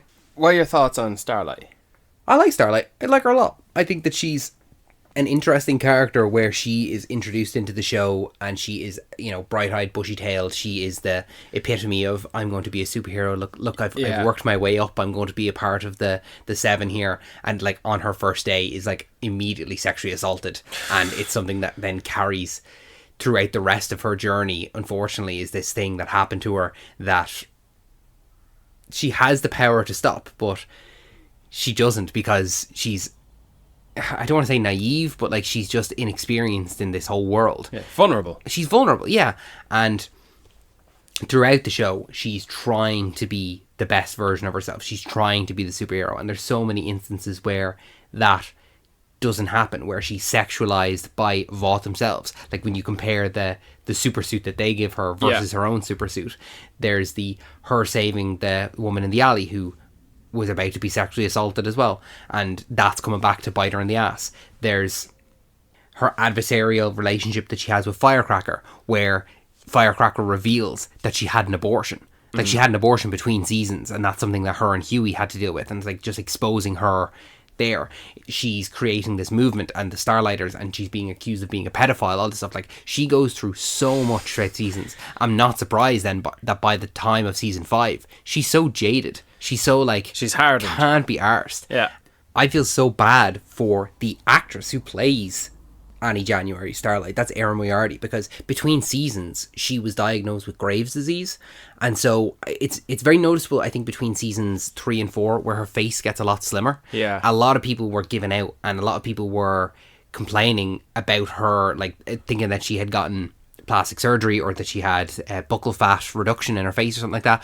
But it's so often that female actors are, their looks are always in question. It's like, why have they done this to themselves? Oh, they look less attractive, so that's going to make them less of a character. I just feel bad for her as an actress that she's had to go through this while, like, she's battling with this disease already, and yet now here all these people feel as though they're entitled to make comments about my looks and how I look. Yeah. It's just, I just feel bad for her, you know? But don't worry, all those fucks who give out shit aren't going anywhere in life. Yeah. So they can go fuck And it's one of those themselves. things where she didn't come out and say that she had Graves' disease. Like, unfortunately, she went through a lot of people making comments about her looks and how she used to look better, all this stuff, and then came out and told people, oh yeah, it's because I'm suffering with this, unfortunately. I just feel bad for her, man. But Annie as a character, I'm glad that she got a happy ending as well. And I'm glad that she, when I say her happy ending, for me, her happy ending is taking out the Deep. And finally, something I didn't think was gonna be. Oh, I was like, if the Deep is going out, it has to be done by Annie. It has to be done by Annie, because like it's from, like, there are so many things that are planted in season 1 with, like, it's, you know, it's Butcher versus Homelander, it's Huey versus A-Train. For me, it was always Starlight versus the Deep. Like, it has to be her. She has to get her revenge. She has to be the one that demeans him. He has to pay for what he did to Annie in that first episode. He was a very good job at doing it himself. Yeah. But I'm glad to see someone like Annie be actually a pillar of the show. Like, if you name 4 pillars of this show, it's Huey, Butcher, Homelander, and Starlight. Yeah. They are the top pillars of the show. Everyone else is secondary, definitely. I mean, yeah, like season 4 is Starlighters versus Homelanders. Yeah. It's funny to think about some of these actors where some of them you've seen before, others you haven't. She stole the show all the way through, and honestly, I really like their relationship. Like, I'm glad it got to the point where they never broke up. And when she got kidnapped by the shapeshifter, and she was chained for a bit, and I thought that happened for much longer than it actually did happen. Oh, I don't know, it's like an episode it's long. An episode and a half, yeah. But I'm glad to see that didn't last long, because I don't like seeing characters I love be in situations where they're being oppressed or held captive against their will. I don't like any of that. And you know what's one as well? What? Just one little bit of their relationship that I really like is the fact that after she gets away from being held captive by the shapeshifter, and Huey has been having sex with the shapeshifter, that's not like an immediate course for breaking up or anything like that. Like, it's this little moment where Starlight says, like, you are getting every STD test under the sun, and she walks away, and Huey just gives it like a little like fist pump, like, oh thank God, like we didn't break up, like this wasn't the ending for us. Because it's like, he's also a victim now. He was sexually assaulted by this shapeshifter. Oh yeah. And he's not held accountable for him being a victim. Yeah, like, you can see her forgiving him. You know? Like, and of all the lies he gives her in season 3, like by taking 10 fee and lying about this, that, and the other, she still forgives him in the end. And like, even siding with Soldier Boy against her wishes, she still forgives him. So, happy ending all around. And she's pregnant. I'm so happy for them. They're naming their baby Robin. I saw people giving out about this as well. And it's like, why would you name your baby after your ex? It's like, no. He didn't name the baby after his ex. He named his baby after his former love who died. It's not like it's an ex or anything like that. It's like it's in honor of Robin. Yeah. People just want something to complain about. I think that's all. I don't know. All right, David. Would you want to talk about the boys in companionship with one another, particularly Frenchie, Kimiko? I'm going to say something that I feel might be controversial. I don't really like the fact that Kimiko and Frenchie were together. I always saw them as much more of a brother-sister bond. And in season 3, when she loses her powers, and I think it's in season 3, she kisses him and he leaves. Yeah. I feel as though that was enough of an exploration to kind of cement them just more of a brotherly, sisterly bond than a romantic one. I thought that that's where it was going to be left. And then especially with season 4, when they go off and they're not together. Oh, well, Frenchie's seeing someone else. Yeah, so I thought that was kind of... It was explored. Yeah. But we never acted on it because they are much more of a brother-sister kind of relationship. So when then at the end of season 4 and season 5 where they're together, I'm like, I don't know. Like, there's obviously nothing wrong with them getting together. I'm glad that they get to be happy together. But I just didn't see them like this. I always saw them more as a brother-sister pair. I'm the complete opposite end. You always wanted them together? No, David. I watched the start of season 4 thinking, wait, you're not together? Okay. Well, yeah, like you're waiting 2022 to 2024, and I'm watching the two of them together. Like, wait a minute, you're not in a relationship. I thought you were in a relationship. What's the story with that? It's just because it's cemented in my head that they are supposed to be together. Like, I don't even like when she goes on her tippy toes to kiss Frenchie at the end of season 4, and him being taken away prisoner is what gets her to speak again. I do like that. Yeah, absolutely. But I don't know. I just saw them more as a brother-sister bond. Oh no, I disagree. I liked the relationship. Now, don't get me wrong. In season 5, when they are together, like, I'm happy for them. It's not like I don't like them being together. I just didn't ever see them as that. I kind of want to watch the scene again where he first sees her talk. Yeah, I'd like to see that. But like, I like that she's Jesus. Like Karen Fukuhara, she had to do sign language and act with her face, with like dialogue. That's not for years. It's a commitment, and I love that their commitment to her sign language. Even in season 5, when she speaks, there's moments where she's arguing and she can't get the words out, so she reverts back to sign language. I'm like, this is perfect. This is how this character would act. I think it's such a great commitment to that character and how they have been over these 4 seasons. Not like all of a sudden season 5, oh, she can speak, she's a different character or anything like that. And I saw people again complaining about that. I was like, why is she so vulgar? Why is she talking about all this stuff? And I was like, oh, sorry, have you not been with us for the last 4 seasons? Like, she's always been like this. Yeah. It's just now you actually hear it coming out of her mouth, but she's always been like this. I had a prediction that out of the boys who's not Butcher, that Frenchie was going to be the one that dies. Frenchie felt as though he was the heart of the boys. Yeah. Not including Huey. Just that the original. But like Butcher brings Huey into the boys, it almost seems like. But even though he does build the boys, like he gets Huey first and then he builds the boys around that. Well, he builds them again because they were a team prior. Yeah. Remember they had Lamplighter as a mole? Yeah. Yeah, so that's why I think of him bringing Huey into the boys. And so because of that, it feels like Frenchie is the heart of the boys. So yeah, absolutely, where if you're going to kill one of the characters, of course you're going to kill the heart of it. But he's the most tormented. Yeah. In our conflict, he's the one who's ashamed and guilt-ridden by failing to follow Lamplighter because Lamplighter that night killed Grace Mallory's grandchildren. Which, obviously, that's what makes Frenchie susceptible to drugs, alcohol, self-harm, all of the above. And he finally forgives himself. And that's how he's able to reflect. He's able to find the similarities that Lamplighter has in the shame he has. It's just Lamplighter is just being a dick about expressing that, whereas Frenchie, he's able to open up about it, you know, but he'll stand up for himself as well, especially when will call him out on his shit. And and Frenchie used to be like good friends. Yeah, and then when they were introduced to him initially, he's like, I'm not working with him. Like, they hate each other. Yeah. And I'm glad they get to. I'm glad that adversarial role doesn't stick around for very long because there's no need for it. Like, we have so many villains in that of the Soups.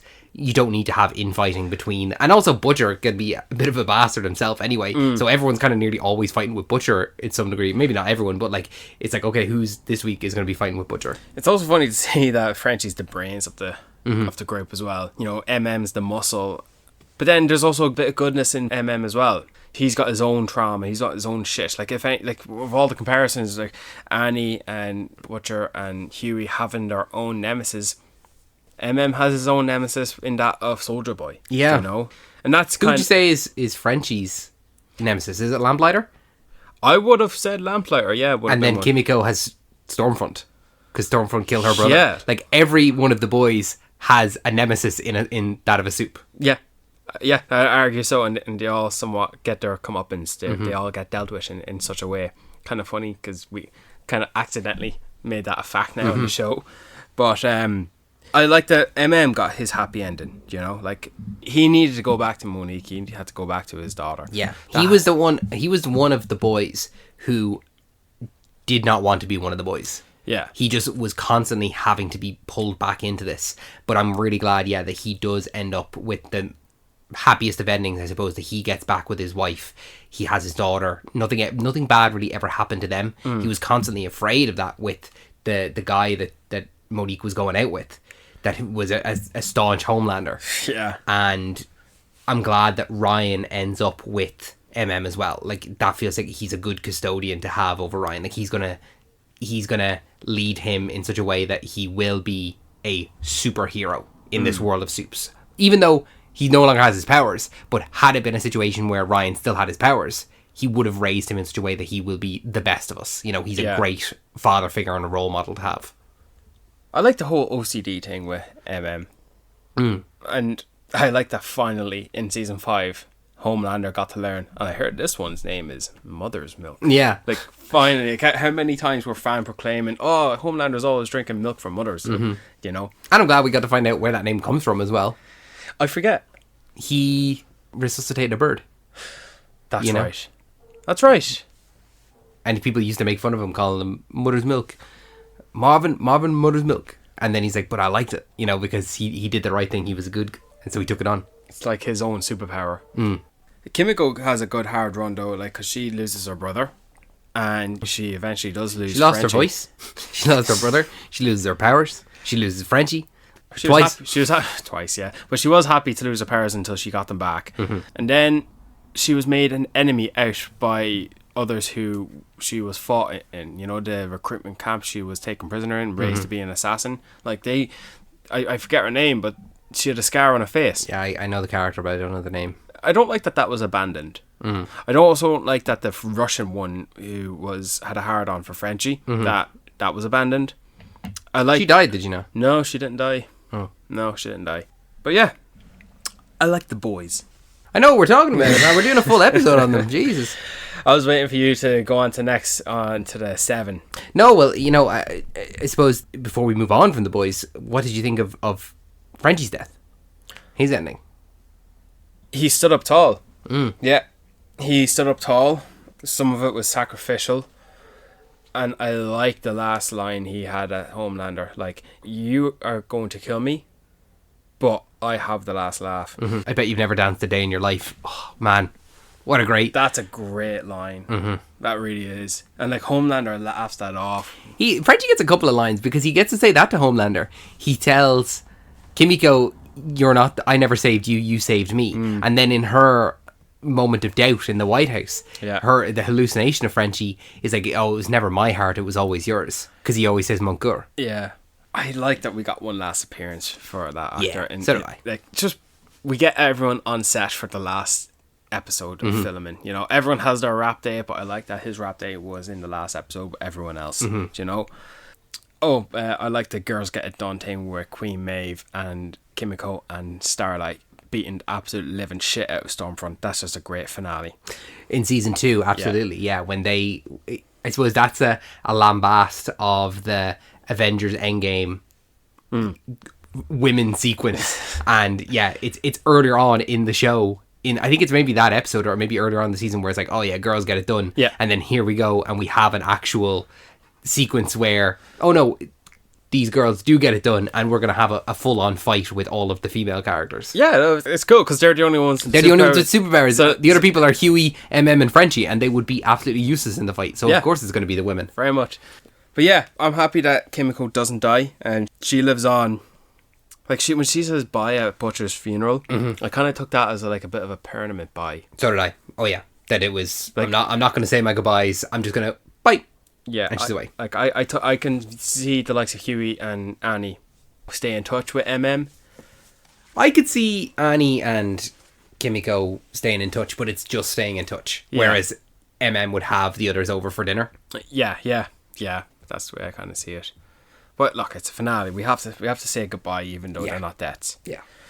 So, I want to talk about probably the Jaime Lannister arc for equivalent to the boys here, in that of A-Train. I don't know if I would compare it to Jaime Lannister. Jaime Lannister was a slow build over seasons and seasons and seasons.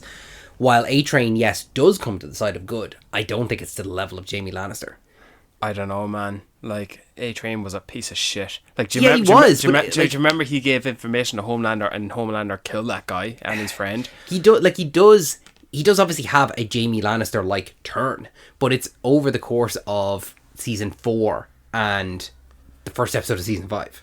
But do you not know that, like, with Jaime Lannister started to turn good by the end of season 3, start of season 4, so, like, that's the same length. After he lost his hand and he returned to King's Landing and he's entrusted Brianna Tharp to protect Sansa Stark. That's season 4. Yeah, Brian, okay. Season 4, 4 seasons. Yeah. Whoa, hold on a minute. So you're telling me that A-Train's arc from season 4, episode 5. Let's say season 4, episode 1. Let's give him a full season. You're telling me that the 9 episodes of A-Train's development is the equivalent of Jaime Lannister through seasons 3, 4, 5, 6, 7, and 8. 6 seasons of development is the equivalent of 9 episodes? You're honestly telling me that they are the equivalent? I think you're not making good enough an argument because I don't get you. A-Train's transition from the 7 to one of the boys is over 9 episodes.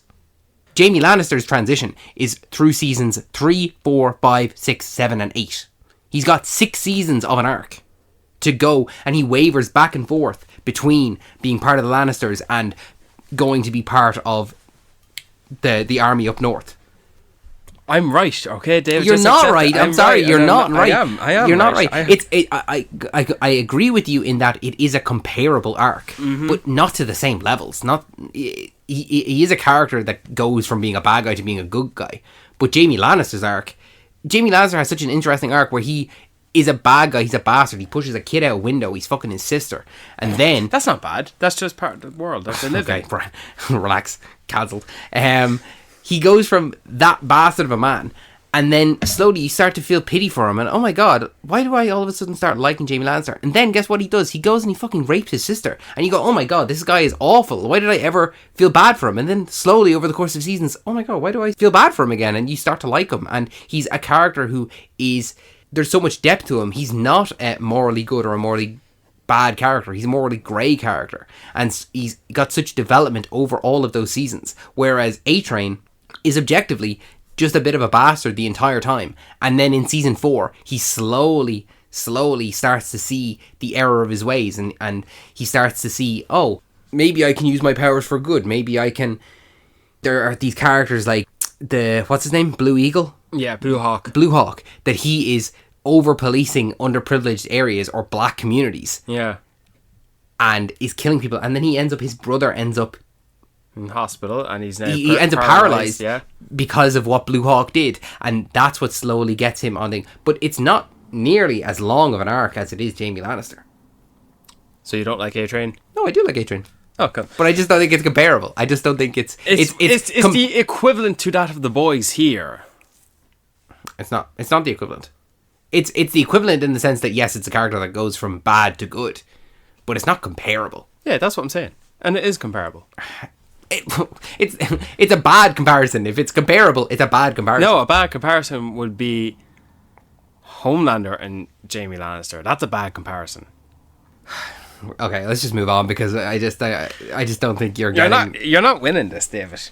It's not an argument to win, but it's like it's my objective opinion. I want to give you an example as to what this is what you're saying to me. Please educate me, enlighten me.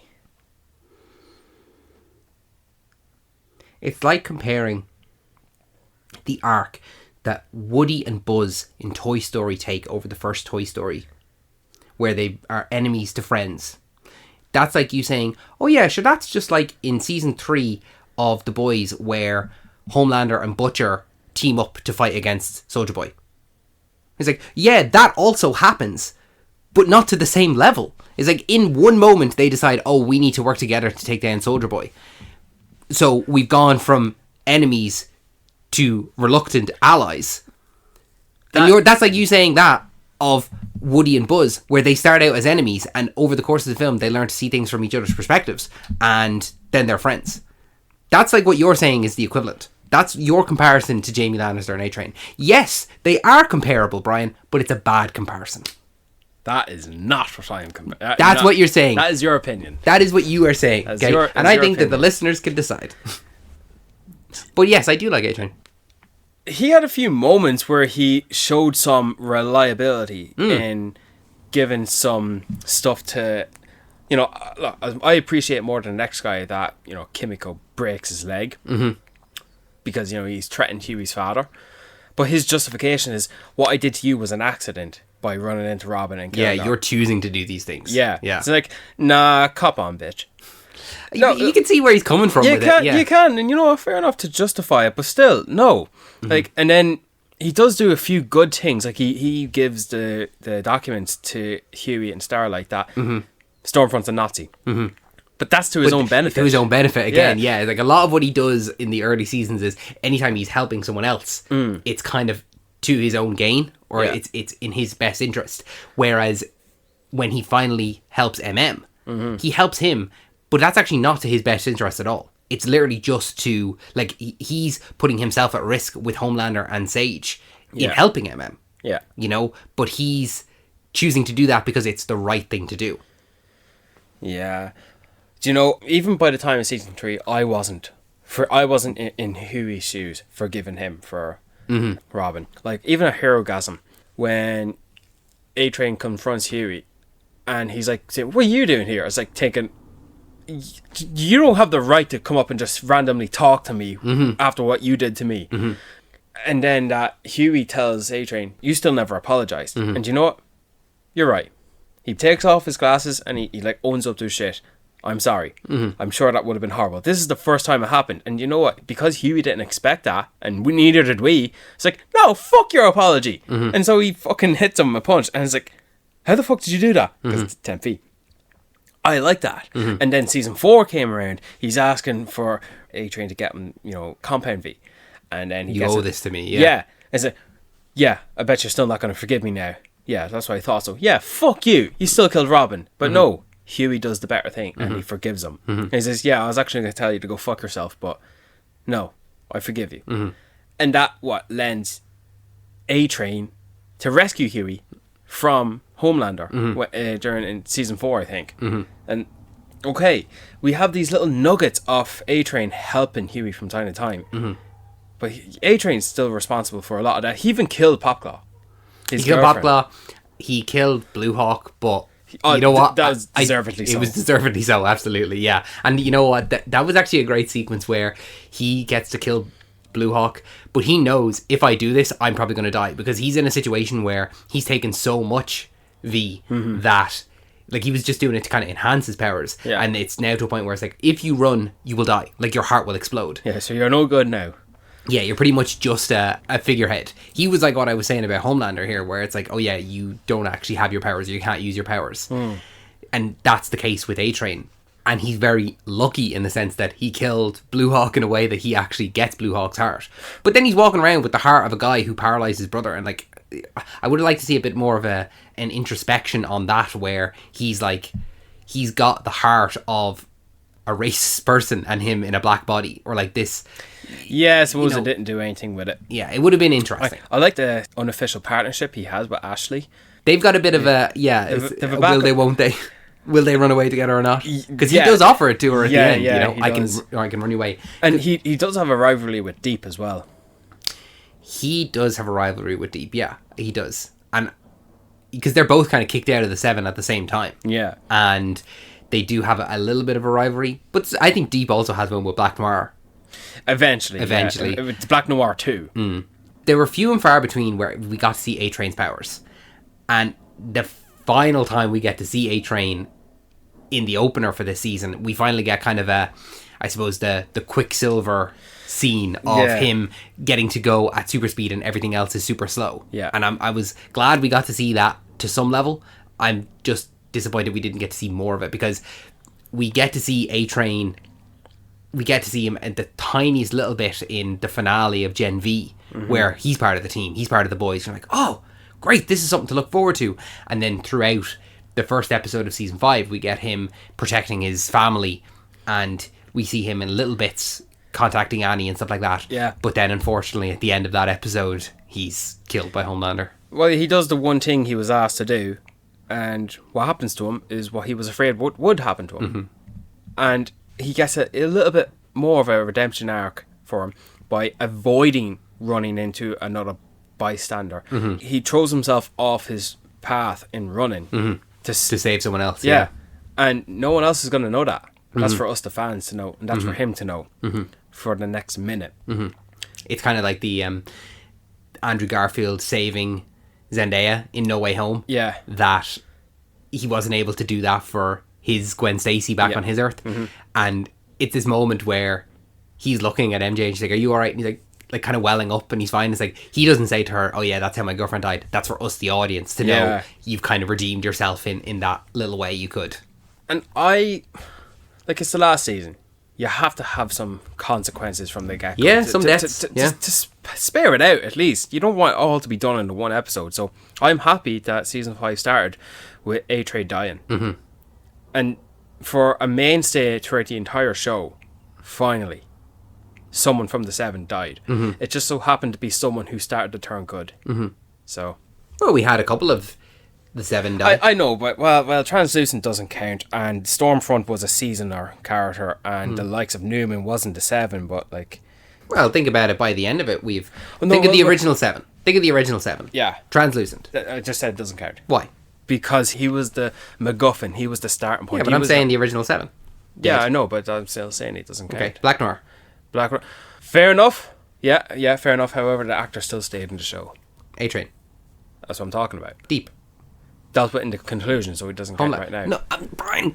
Well, you're, Brian, please God, I'm asking you. By the end of the show. No, by the end of the show. By the end of the show is different from my... I'm talking about the start of season 5. That's what I'm saying. What you're saying is there has to be consequences, and you're glad to see someone from the 7 die. What I'm saying is... Finally, after 4 seasons, that's what I'm saying. But you're saying that Translucent doesn't count for some reason. I'm saying Translucent... Black Noir died. I'll give you Black Noir. Okay. I'll give you Black Noir. Okay. But what I'm trying to say is that by the end of the show... Yeah, by the end of the show. By the end of the show, they're all dead. Yeah, I know, but obviously. But I'm talking about up to this point. Finally. Okay. It's like... there are only 2 members of the original 7 that don't die. Queen Maeve and... Starlight. Oh, I suppose, yeah, Starlight. Which is great. I'm glad that it's the 2 women that get to live. Yeah, absolutely. Dead right. Oh, well, Sister Sage, I suppose. I'm saying the original 7. The original 7. Okay, right.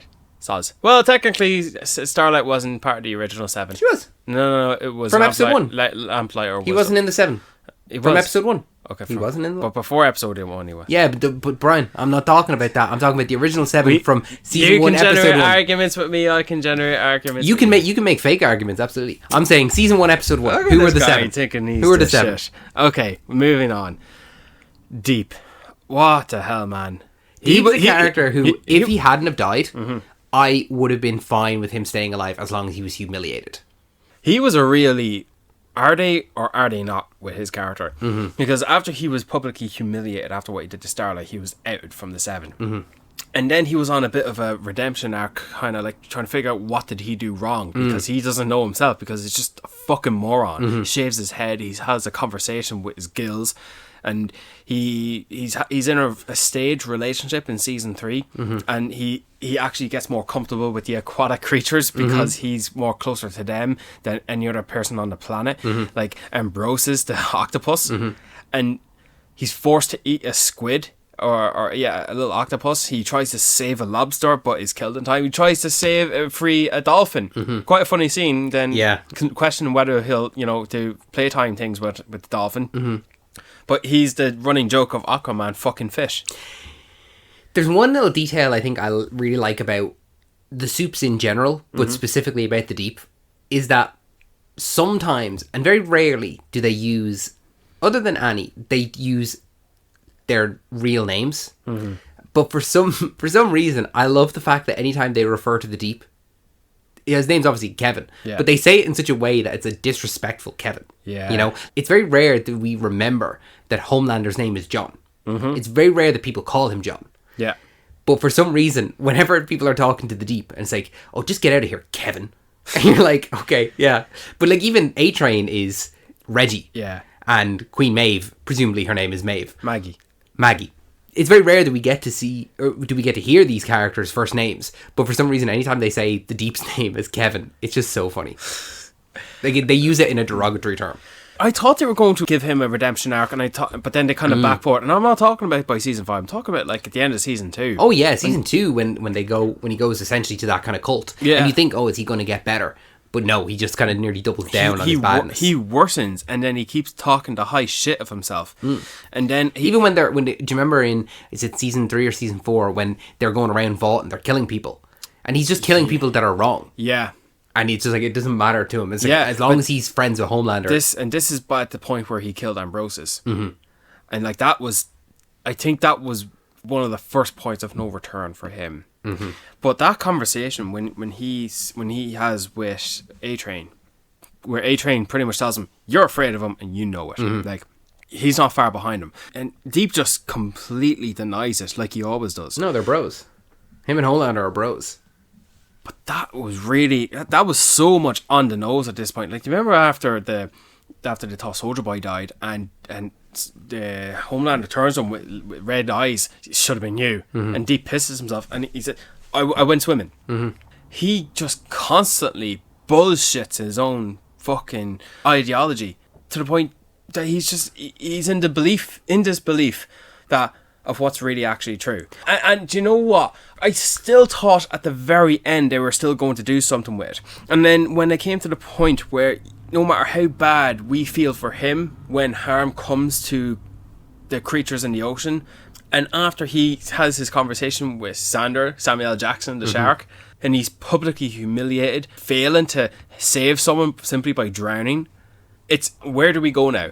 Is he going to have his redemption arc finally? Or is he going to be permanently humiliated forever, where he's going to be next to nothing? Where some were predicting that he would have to pretend to be Black Noir so that he would stay in some sort of a limelight, but he can't ever talk. Because I thought they were foreshadowing at the start of season 5, why are you committing to the method acting by not speaking? You can speak now, the cameras are off. I thought they were going somewhere with that. I thought they were going somewhere with Deep, that he would actually finally, on the back of a shark, on the back of a whale, with the ocean behind him, sailing the seas into Vought Tower and actually standing up to Homelander. I thought they were going to do that as an option. But no, they doubled down. They doubled down on what the Deep is and always has been. And he refused to take responsibility. And like, he was given so many chances to do the right thing. He just refused. And it got to the point where, like, dude, come on. Like, even Annie, at the very end, when they're going with the fight, she takes him to the beach. She gives him the option. It's like, go back to the sea. Go and, be free from Homelander. Just, like, get out of here. Don't you just want to stop? Like even after Homelander finally says to Deep what we all want Homelander to say to him, you are low and low. Killing you is not as good as you living your most pathetic life. I want you to know that. And he's crying. And when someone comes in to say, are you crying? He's like, no. He's still got this bravado. He's a bro. And then he just thinks, it's a test. Homelander will know I'm awesome when I kill you. I think for some reason I do consider the Deep considers himself as the number 2 leader of the 7. Like, even there's that moment where Homelander tells him that he's disbanding the 7, and he's like, oh, come on, it's a joke. Like, we haven't been the 7 in a long time, even. Finally. In the Deep's mind, he's like, oh, but just make me the leader of the 7. Like, give me the 7. Yeah, just like he gave him cyber analytics. Yeah, that he almost thinks that, oh, well, if Homelander were to ever fall in battle or something like that, I would be the leader then. Whereas the only one that actually seemed to be the true number 2 for Homelander was Black Noir. Unofficially, The original Black Noir. Unofficially, who he could rely on. Yeah. Well, he was someone that he could always, like, he was like, oh, I can always rely on you. Yeah, I can always talk to you. I can always talk to you. It's like, because he's talking to a blank slate. Yeah. That's not going to reply to him. Even at the very end, I still don't know what they were going to do with Deep. And then... Again, I'm satisfied with his ending. I'm glad that Annie is the one that instigated it. But had they have left him alive, that would have been fine too. Like, as long as he's not a superhero anymore. Like, you see the way you described your ideal Homelander ending? Yeah. Apply that to the Deep for me. Yeah, that would have been satisfying. But the fact that even the sea life creatures turned against him. Yeah. Like, there was no one on his side. Yeah. Like, his love for the ocean is like, I thought the Deep's ending would be that he would forever live in the ocean. Like, but no, even they turned against him. It was like, you are pathetic. We don't want you. You know, they rejected him. And the way they kill him as well, they didn't drag him underwater to, like, I don't know, drown him, and like forever the fans would be thinking, did he die? Yeah.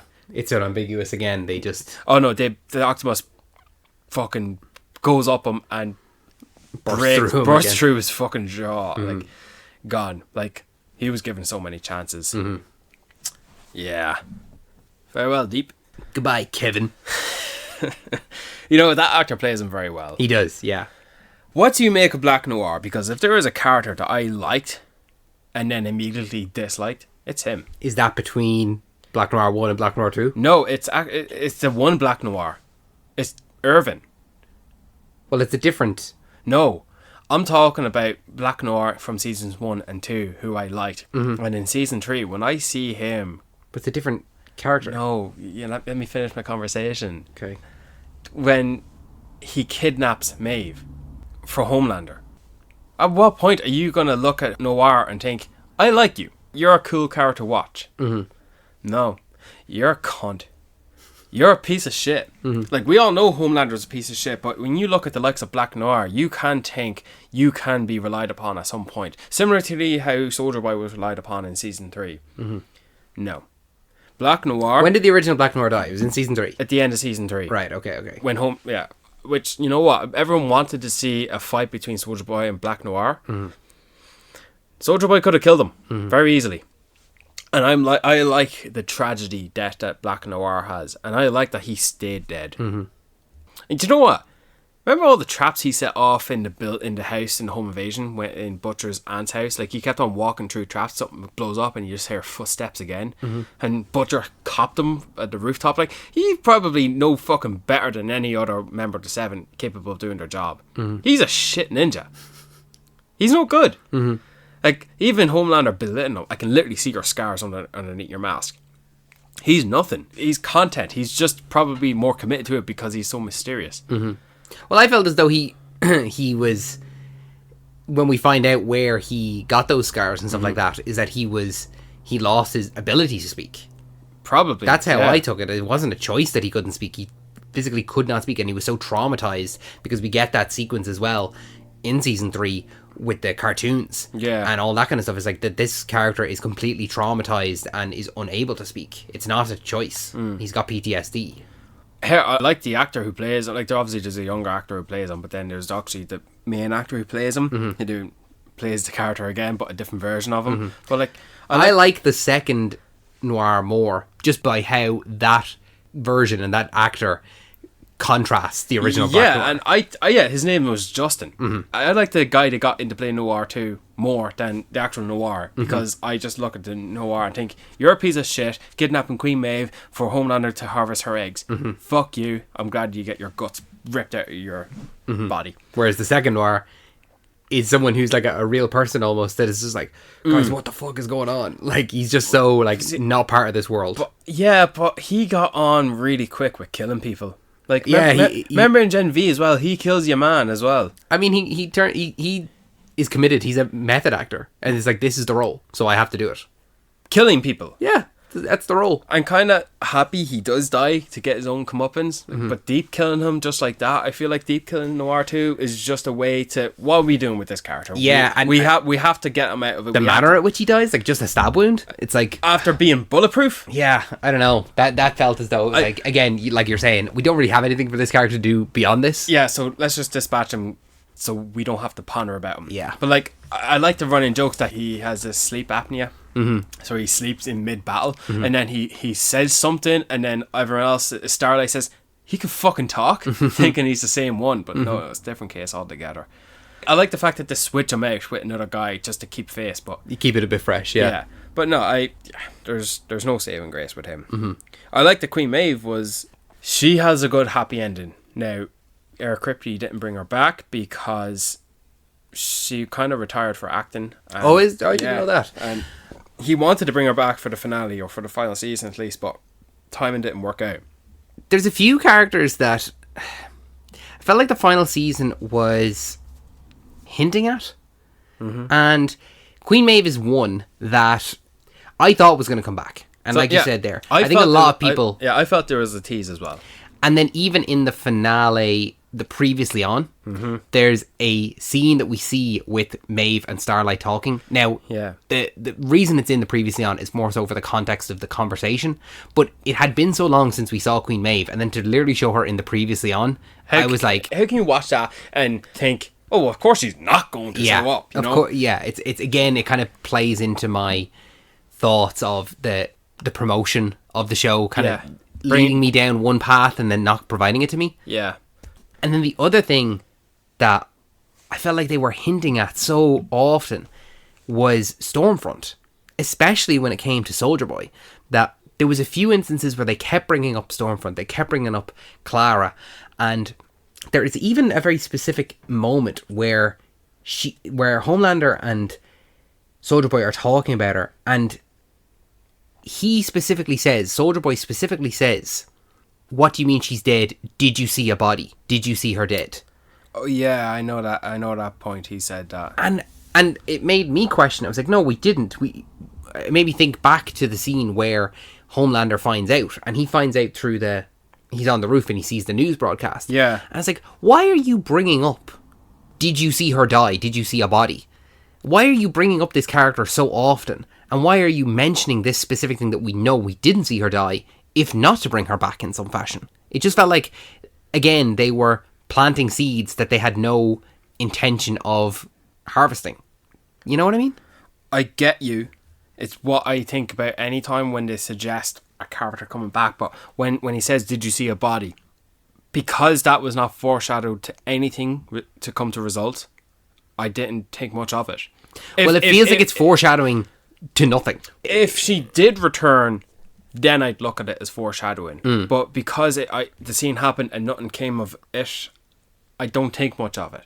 Stormfront's not a character I want to see for very long, because of how bad she is. Yeah, well, I'm glad that you're looking forward to Vought Rising then. It's like, when you foreshadow it like that, or you consistently bring up this character and then don't pay it off with something, that's when it feels like, oh, you're bringing up this character ahead of Vought Rising. You want to kind of reintroduce this character into people's minds to bring it up. Now, I there's been a lot of complaints about this season being a trailer for the new spin-off. I made a joke about it at the start of this show. That's not how I feel. I don't actually feel that way. But when these things happen and it gives ammunition to the people that do feel this way, I understand it. It's like, okay, yes, you presented me with a math problem and went 1 + 1 =, and I went 2, and you went, no, idiot, it's 3. Of course it's 3. Why would you think it was 2? You know, it's not a bad thing. I think if sometimes when it comes to finales of things, because obviously this has been a story over, 7 years? Yes. It's a story over 7 years, and they're laying the path for this, and so maybe people have predicted these things. Some writers are afraid of actually just following through. The finale has to be something that no one saw coming. Do you know what I mean? Yeah. Where no one can predict this. Example. The path is laid that the Night King and Jon Snow are going to have an epic battle at the end of Game of Thrones. But that is subverted at the end for Arya Stark doing it because no one expected Arya to do it. And you're like, but it doesn't make sense because you've been laying this path the entire time and then you just switch it because, people predicted it. And it's like, no, you laid out the path this way. Of course I'm going to come to this natural conclusion. I've nothing to contribute there because that particular setting doesn't bother me. I don't know. Like I never watched the Game of Thrones episode with the Night King and think it has to be between him and Jon Snow.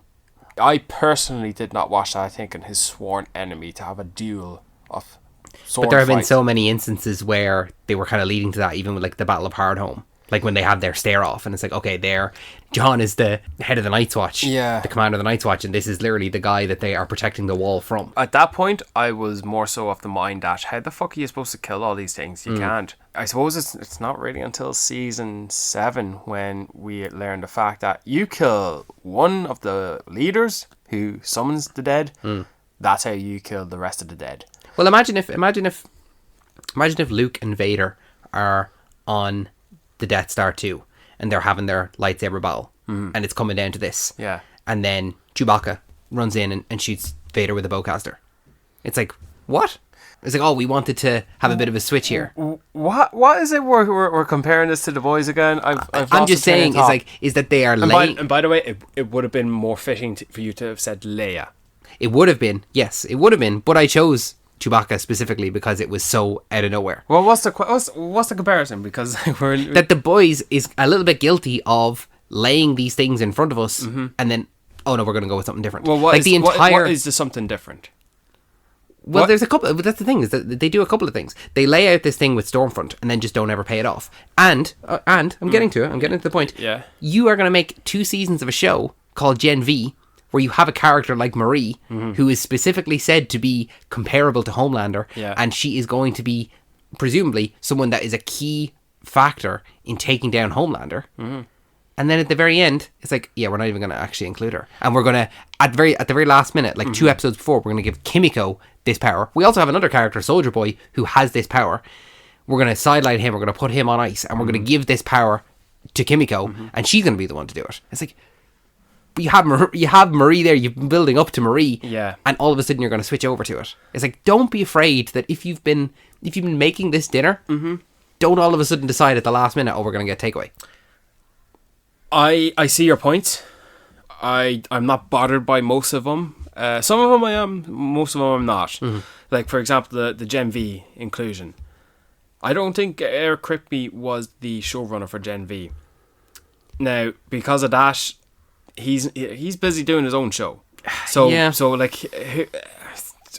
he's not in charge of determining the use of Marie Moreau in his own show. And at the end of the day, we are limited for time, and if we all know we're limited for time, I'd rather just focus all on the boys than the Gen V characters, and that's just a personal. I don't need all of the Gen V characters. Like the way that they handled some of them were good, some of them were bad. Yeah, having Emma there in the last episode, it was like, okay, yeah, great, Emma would be part of this, and like there's a little bit different. She's dyed her hair, and it's like, these characters have lived throughout, but then on the flip side, a character who I didn't like the portrayal of was Jordan Lee. Because what's Jordan's main character is that they are constantly switching between presenting as a man and presenting as a woman. Yeah. And it's a little tiny aspect of the show that overall does not make a difference. I'm being pedantic, absolutely. Yeah. But when this character is known for flipping back and forth between their genders, and then they don't do that once, we are only ever presented with the female version, it's like, come on, you couldn't have gotten that other actor in for 10 minutes?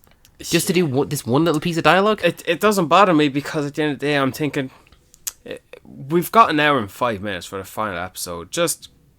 I'd rather spend it with the boys. I'm sorry, Jen. Yeah, but that's... but you've only got an hour and 5 minutes, absolutely. But like, it's not as though they couldn't have done an hour and 10 minutes, or they couldn't have done an hour and 20 minutes. Eric Kripke was like, I don't believe in doing this big, huge finale, hour and a half. It's like, well, why not? Like, it's not like Amazon are going to be like, no, you have to restrict it to an hour. Like, no one's restricting them.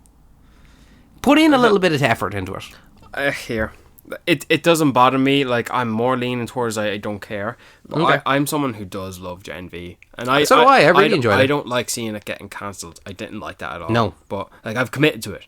Like, I actually thought Gen V Season 1 was very, very good. Like, I like both seasons, yeah. Both seasons are good, but I really loved... I loved Season 1 an awful lot. it'd be nice to see that show continue post The Boys season 5. Post our show is ending, but anyway. But with the likes of Clara, Stormfront, that was mentioned. Like the one, did you see your body where the Sage left the laptop there for the video where he was having it on with Homelander? Homelander was having it on. Like that was one scene that's coming to my mind right now where I'm thinking, okay, that was one mention, and the other mention was when Clara would have wanted this. When Soldier Boy gives Homelander the.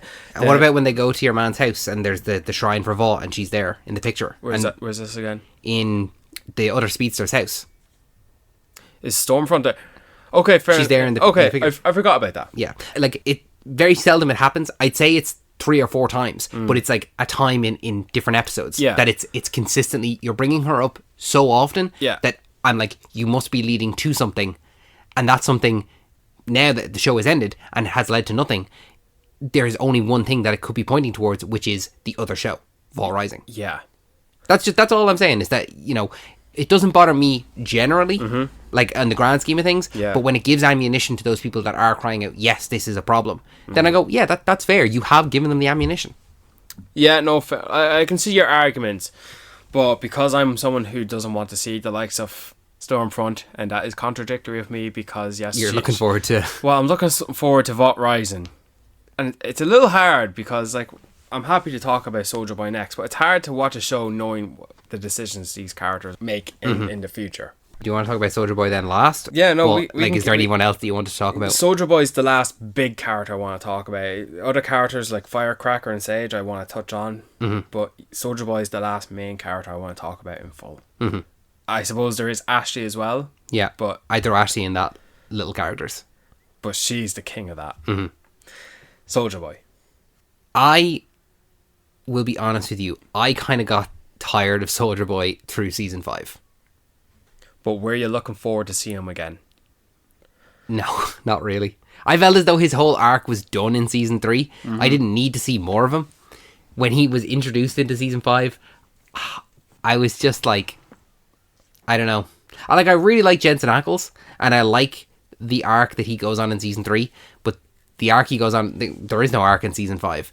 The only arc he goes on is like, it's giving Homelander the V1, but again, that's because of his love for Stormfront more so than his love for his own actual son in that of Homelander. Yeah. Now, there was one thing that I actually thought that they were, it was something I thought back in season 3 of The Boys, in my original watch. Yeah. I was convinced that Homelander was actually the son of Soldier Boy and Stormfront. I heard that theory as well. Because I remember thinking it. I was like, oh, what about this? Because, yeah, she is a V1 superhero, so she's 100 years old.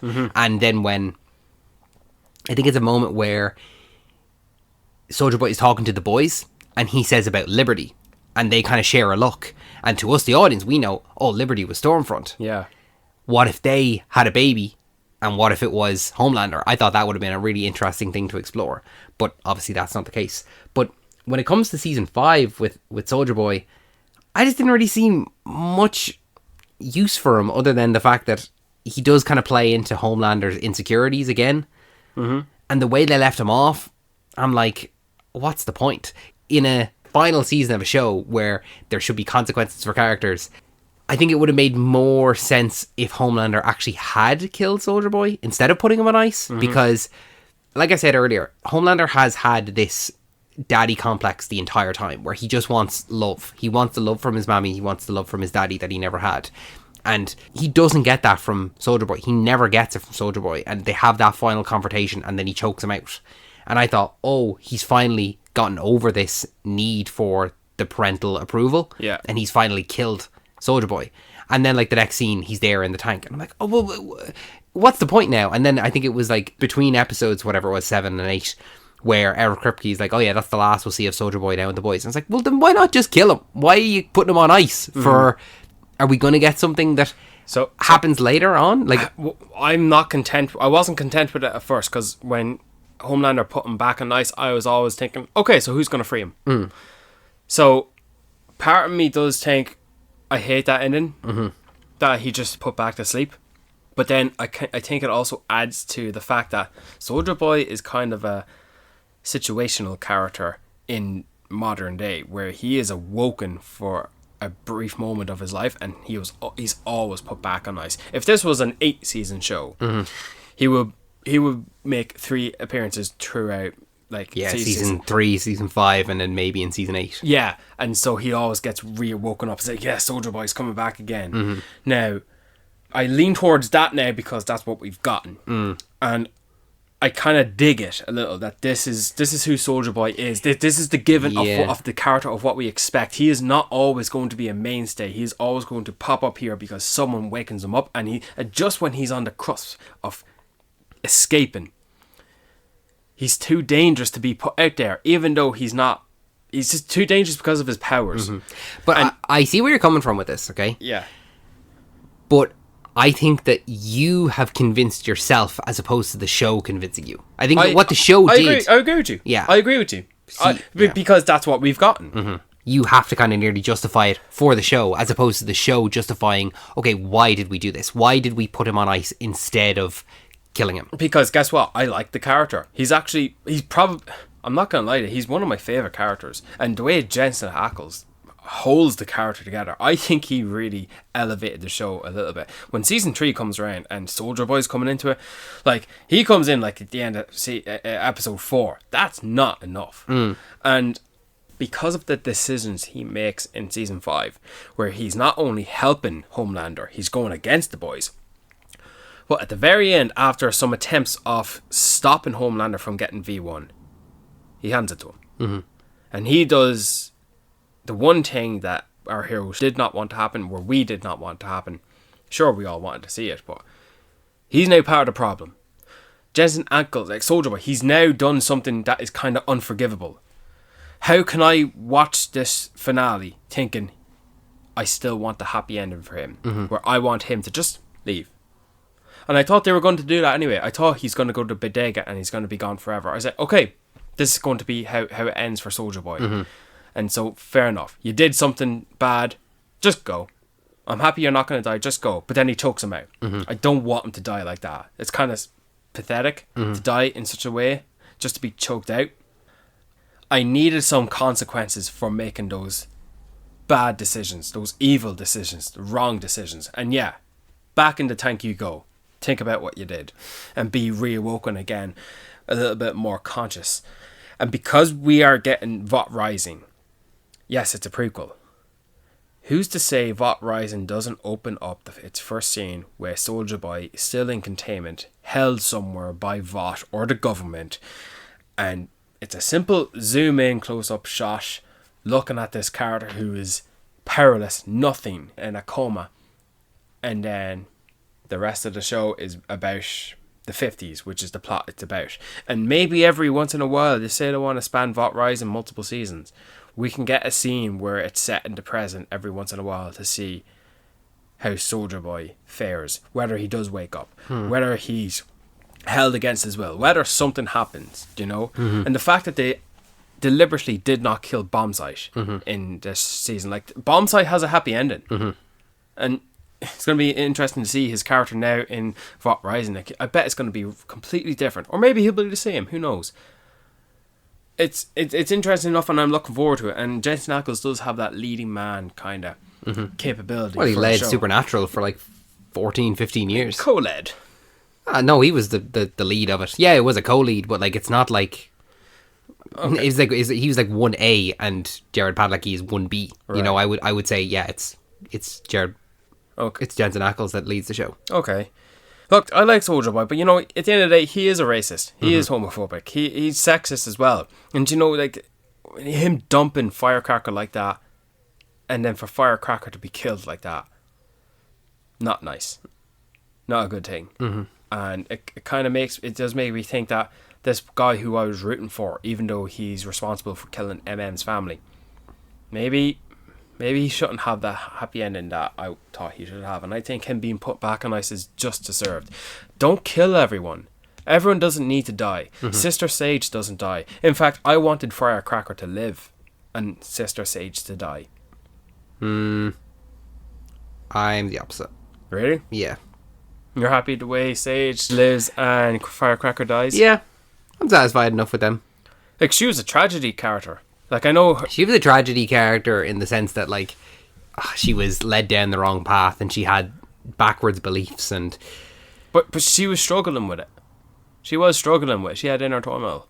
She had inner turmoil, yeah, but, like, that didn't stop her from doing Yeah. these things, betraying the things that she believed. And she betray the priest Yeah, from but the church that she used to go to? Yeah, but she still had struggled doing that. And to I mean, she still did it, though. Like, yeah, you Yeah. can struggle doing it, but you still did it. You didn't have to do And it. at the end of the day, we're not supposed to feel bad. Yeah. And, you know, to think about Homelander doing that to her, and just to look at what happens to him when he's depowered, it's like, you're not so brave now, are you? No. You know? But yeah, I'm content with what they did with Soldier Boy. I even like the legend.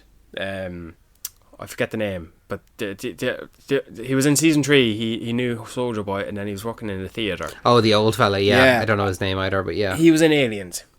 He was in Stranger Things. And unlike Stranger Things season 5, they did not bring his character back, but they did bring him back in season 5 here. So I like that here. I like that he came back, and I like that they made the conscious decision for Homelander to not kill him. Yeah, Because he's one of the only people that actually gets out of a situation with Homelander. Because he wasn't afraid of him. I like that. Like, in every comparison in the world, he said anytime he speaks, he has to be referencing one time he had fucked something. And yeah, Father as well.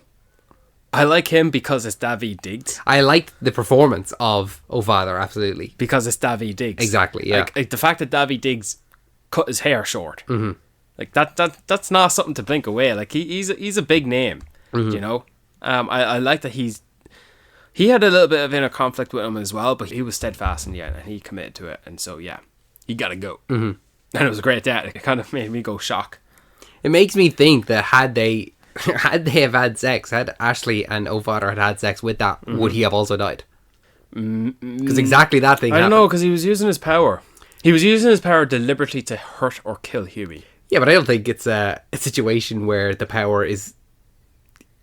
If you use it, and there's no control over it. Yeah. How do you know that? Well, I mean, think about it. Like, if he had done that, his head would have exploded. It's kind of like Black Bolt in Multiverse of Madness. I feel like that thing was so strong that that's what would have happened anyway. You don't know. We don't have the answer, so No. we're going to go in circles with the thing. But, do you know, like, they were introducing characters, and like even the last season they were introducing new characters. Like but season 4 was Sage and Firecracker, and in season 5 it's Father. You know. And I know he was introduced in Gen V, but your man, the dog... Yeah, the dog guy as well. So was Tech Knight. Remember Tech Knight, the fucked up guy? Yeah, he was in Gen V as well. Yeah. It's funny enough that all these characters are like comparable to like DC and Marvel. Like Tech Knight is definitely like Bruce Wayne, yeah. It's really fucked up. Even versions. Web Weaver is Spider-Man. Like, there's yeah. a good few direct comparisons. Yeah, absolutely. Do you know who I thought were going to be mainstays when they were introduced? Crimson Countess and Gunpowder, who were on Payback team. Oh no, should we get them in Vought Rising? Vought Rising? Yeah. Crimson Countess and Gunpowder? Yeah. They're in the 70s or 80s. Vought Rising's the I would think 50s. we'd get Crimson Countess. Maybe not Payback, yeah, he's a bit younger, but I would assume that we'll see them in some... Gunpowder. You said Payback.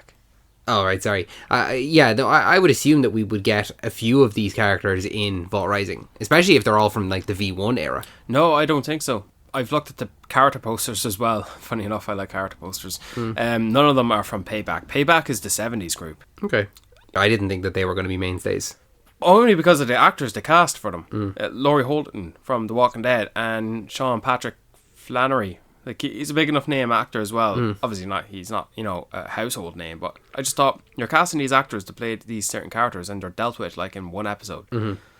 That's just a thought of mine, Seth Rogen makes multiple appearances throughout the... He makes 3 appearances, I think he makes 5, actually. As far as I'm aware, there is he's there with Black Noir in like a wee interview. He's got another one in season 2. I know that for a fact. He's got the one with Crimson Countess where he's like jerking off to her. That's his mainstay. But then, and then the final season with when they're all playing poker. Those are the only 3 I'm aware of. 4.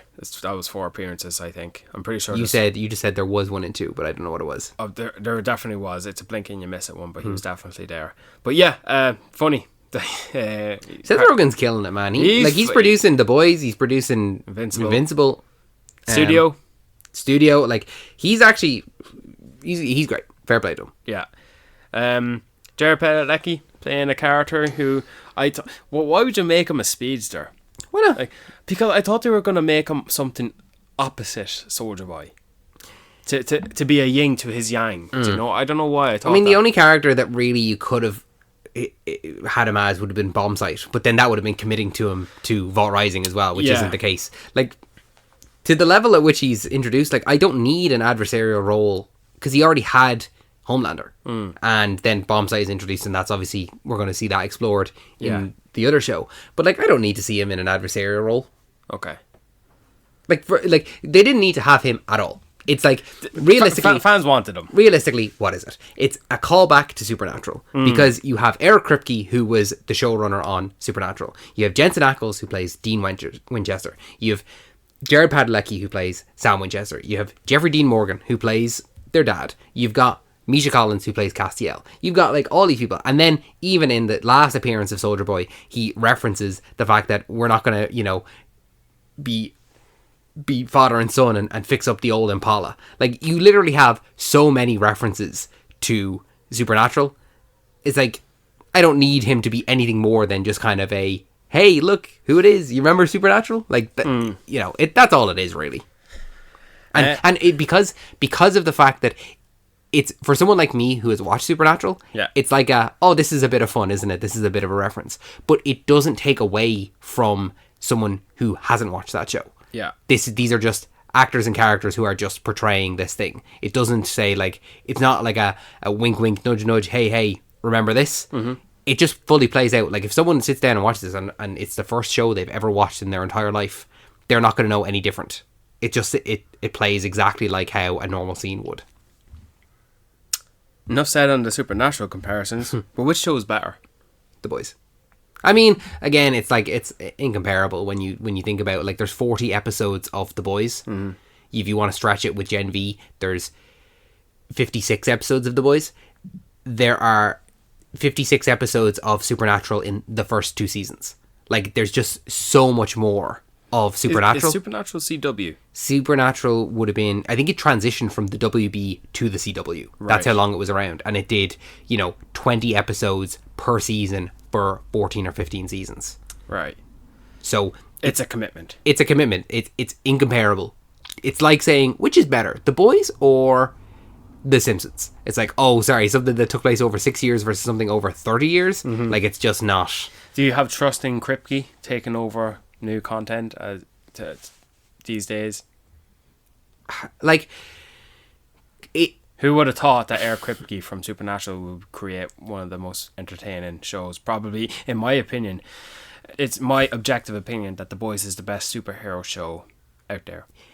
He's not, to be honest with you, right, to answer your question, he's not someone that I thought of at all when it came to The Boys. It's like, I'm not thinking about the showrunner. I'm not thinking about Eric Kripke at all. It's only in probably in the last season where he's been doing all these interviews and talking and stuff like that. I'm like, oh, okay, right. Well, it's the end of the show. He has to talk about the decisions he's making. Of course, yeah, but like, it's not someone that I'm like, oh yeah, I'll follow him. Yeah. Okay. I want to talk about Ashley. Ashley, look at me. What's that from? Homelander. Oh. That's Homelander. Oh man, fake fan. This guy didn't even watch the show. Ashley. This is when he kills your man. That do you remember she introduced him and he's blind and then he like punctures his ears and then she's like on the ground and then he's like, Ashley, look at me. Talk about a character to start off on one thing and then to just... She's fired at the beginning of the first season. And at the beginning, at the end of the first season, she's fired. Like, and to bring her back and then to keep her there, like to have build her, have a bit of a rivalry with Deep and then have fear with her. Be really submissive to the fears that she has from Homelander, pulling her hair out to the point where it's, oh no, this is actually a problem. This is actually a tragedy for this character. She's wearing a wig. And the only thing that she can do to get some kind of a one-up on Homelander is she takes a shit in his toilet in his apartment. Not much. And the fact that when Deep very like spitefully puts Ashley at the top of the list, Homelander, after he just says to Ashley, yeah, good job, Ashley. Oh yeah, kill her, whatever. She's nothing to them. And then Ashley immediately takes Compound V. I remember at the end of 2024 thinking, we have to wait 2 years to find out what superpower she gets. Yeah. Because she's not in the comics. And, you know, like, okay, so she can read minds. Not quite. No, she can, but not quite. She can learn information from minds being read, but it's not her. No. It's an entirely other personality. Is it? Or is okay, so she's pulling a Lord Voldemort from Philosopher's Stone. Yeah. She's got a talking face at the back of her head. And the way they reveal that is, I think that's one of the what the fuck moments of the show. For a show that is full of what the fuck moments, this is probably one of the standouts. You go, what is going on here? Like, this is crazy. I love it. I love it to the point like she's treating her like her sister as well. Yeah, I like the scene where Sage is unsure if Ashley will help, so she drugs her, but keeps the other one awake. So she's the one that is like, I need you to read the mind. And she's stepping up and walking like backwards. Like, imagine Ashley, the actor, she has to perform like that. I thought she's fucking great. And oh, how fucking disgusting their face is. But how on board that version of Ashley is on taking out Homelander, you know? She's actually good. She's on the side of good. She's not malice in any way. She's not mischievous. She's not villainous. She's actually on the side of good. And I like that one act of heroism that Ashley does to save the boys from the trap they were in. And she runs away and the back of her says, proud of you, bitch.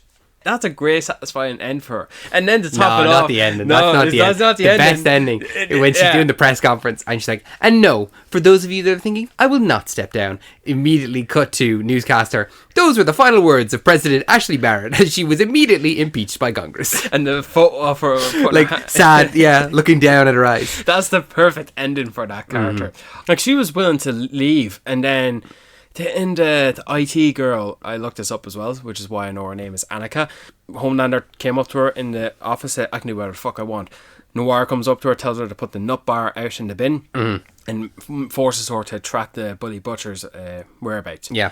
And then when she dies, after saying, I sent an email, and Homelander just lasers her head, thinking Sister Sage, like, why did you do that? Like, that poor girl. You don't think that maybe the next thing out of her mouth might have been...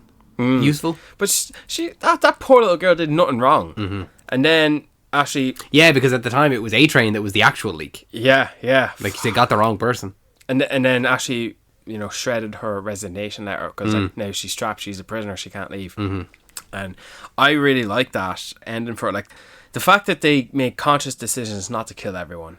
You know, there are consequences that don't have to be deaths. Yeah, some of them should be deaths, in some of our opinions. Some of our opinions. Example, Soldier Boy should have been a death. I think not. Yeah, but okay. Like I said, some of our opinions. But yeah, not everyone has to be a death. I really like Ashley, and she. There are times where I didn't like the fact that she was a participant in imprisoning Queen Maeve, but the fact that she deletes the video that shows Queen Maeve survived and escaped. Yeah, she has those little moments of heroism. Yeah. In that it's not going to put her life at risk, but she can do these little things. Yeah. She had a stint on Fear the Walking Dead. And I'm glad that I can put that out of my memory in favour of her performance here. I was going to say Fear though, and then I went, oh, I've not watched that yet, because on your strong recommendation not to watch it. Don't watch it. I won't. But yeah, dude, The Boys is over. We've had our Hey run. man, hey, what? We grew up with it. We grew up with it, man. And now it's finally over. Yeah. You know, I was happy to see some characters get dispatched before the final season, like Jack Quaid's new girlfriend, who played Victoria Newman. His wife, yeah, they're married. Yeah. I like Victoria Newman. Yeah, she was about to turn good, or to do some solid favours for the boys, and she gets killed for it by Butcher. Deservedly so, for all the head popping she did. Stan Edgar, Giancarlo Esposito, always playing a villain. This is in the time after Breaking Bad, and he was ripe in The Mandalorian, and now this, and he had a stint on The Gentleman as well on Netflix show, like, and then the Far Cry game came out for him. Oh yes. So like, you know what? Happy with his ending as well. Like, he was used sparingly towards the very end, but I like him in the scenes he had as well. Like, he's a character I could watch, and I could always see. I'd like to see him pop up in the likes of Boys Mexico or something like that. Yeah, I could see that absolutely. Now that he's back at the head of Vought, you can see him for the time being. David, Is it or is it not our longest episode? It is our longest episode. Normally when we do these series, we would do a season at a time, but yeah, no, this is absolutely our longest episode. And good news. What news? I'm not editing it, so this is all you, pal. You enjoy this one. This is all you. Yeah, that means I can keep going on the honest opinions. But you know what? Do you remember your one, Grace Mallory? I thought Ryan had to get some consequences for killing her. We didn't even talk about Ryan. Well, we probably did back 2 hours ago with Homelander. But I like that Ryan survived. I liked Ryan's arc throughout of like trying to be better than his father. And the fact that being so like his father. The fact that he stood up to him and pretty much called him out for all the shit. Yeah. Scaring people into thinking you're a god doesn't make you God. Mm-hmm. And I like the fact that, yeah, Ryan, you killed Mallory. I liked her. Mm-hmm. And I suppose the only consequences to Mallory dying, or like the comeuppance that he gets, is that he loses his powers. But in a way, it's kind of good for him that he lost his powers as well, that he's not saddled with that burden. But you're right, there should have been some kind of consequences. Maybe the argument could be made that the consequences that is that he gets a pummeling from Homelander. Yeah, I suppose so. But sure. But that's not even like it's directly related to Mallory. No, like he was trying to fight Homelander because this is the first time he confronts him about raping his mother. Mm-hmm. And the fact that Homelander, she came on to me. It's like, oh. Yeah. And they protected Ryan from that fact for a long time as well. Yeah. Because even though Homelander is a despicable person who did those things, they still didn't want to tarnish Ryan's view of his father. Well, they tried to tell him when they tried to recruit Ryan against his will. In season 4, yeah. Yeah, and that's when he killed Mallory. Mm-hmm. And I like that Butcher called him out on it. Like, he's supposed to be a 13-year-old, as you said. And he says, so is this what you're doing now while you're not killing old ladies? Mm-hmm. Like, Butcher actually had respect for Mallory. Mm-hmm. And like, she was the last go-to to kind of have a leash on the boys. And now that she was gone, the boys were like on the run at the back foot. No government approval on their missions. Really a rebellion. Yeah. Against all odds. Mm-hmm. And Ryan, after standing up to Homelander and then contributing to the final battle against Homelander in the White House, like that's, yeah, I'm on board with you again. Mm-hmm. I'm happy with your ending. And I'm glad that it's not Ryan that takes out Homelander as well. Like they give us. But I'm glad that he was there to help. I'm glad that his one scene in the finale was just him telling his father to fuck off. Mm-hmm. Like, I'm glad that he had a role in the very end. Mm-hmm. So, delighted with all that. Are you ready to wrap this episode up then? I think we can shenanigans this. It'll be typical now. As soon as we end it, you go, oh, I forgot to talk about this. Well, I mean, I could talk about like the mystery of the head popping and all the people that died. Those are the conversations to be having an episode per season. So I think what we're considering to do for Invincible might work in our favour. Yeah. That's a little tease for people for Invincible for years from now.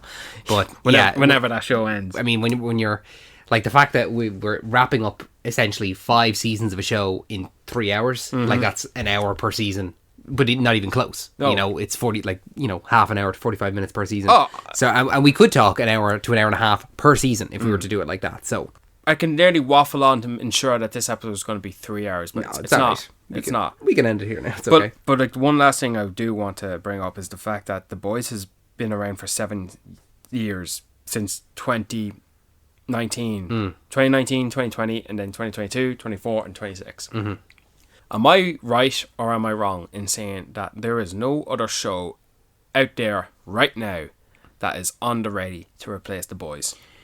No, I think that sorry, I said no, but you are correct. I was trying to think about this because you mentioned this on Wednesday when we watched it, and I don't think there is anything that is positioned to just immediately take over. I've heard people talk, and I mentioned this to you, I was like, what about For All Mankind? That's wrapping up as well. Yeah, it just finished there in season 5. It's confirmed for one more season, but I don't want to explain it because it spans decades, and yeah, I'll not say into it. It is for Apple TV Plus, yeah, but not across the board all the streaming services. Like, I feel like The Boys season 5 was on the same league as The Umbrella Academy and Doom Patrol.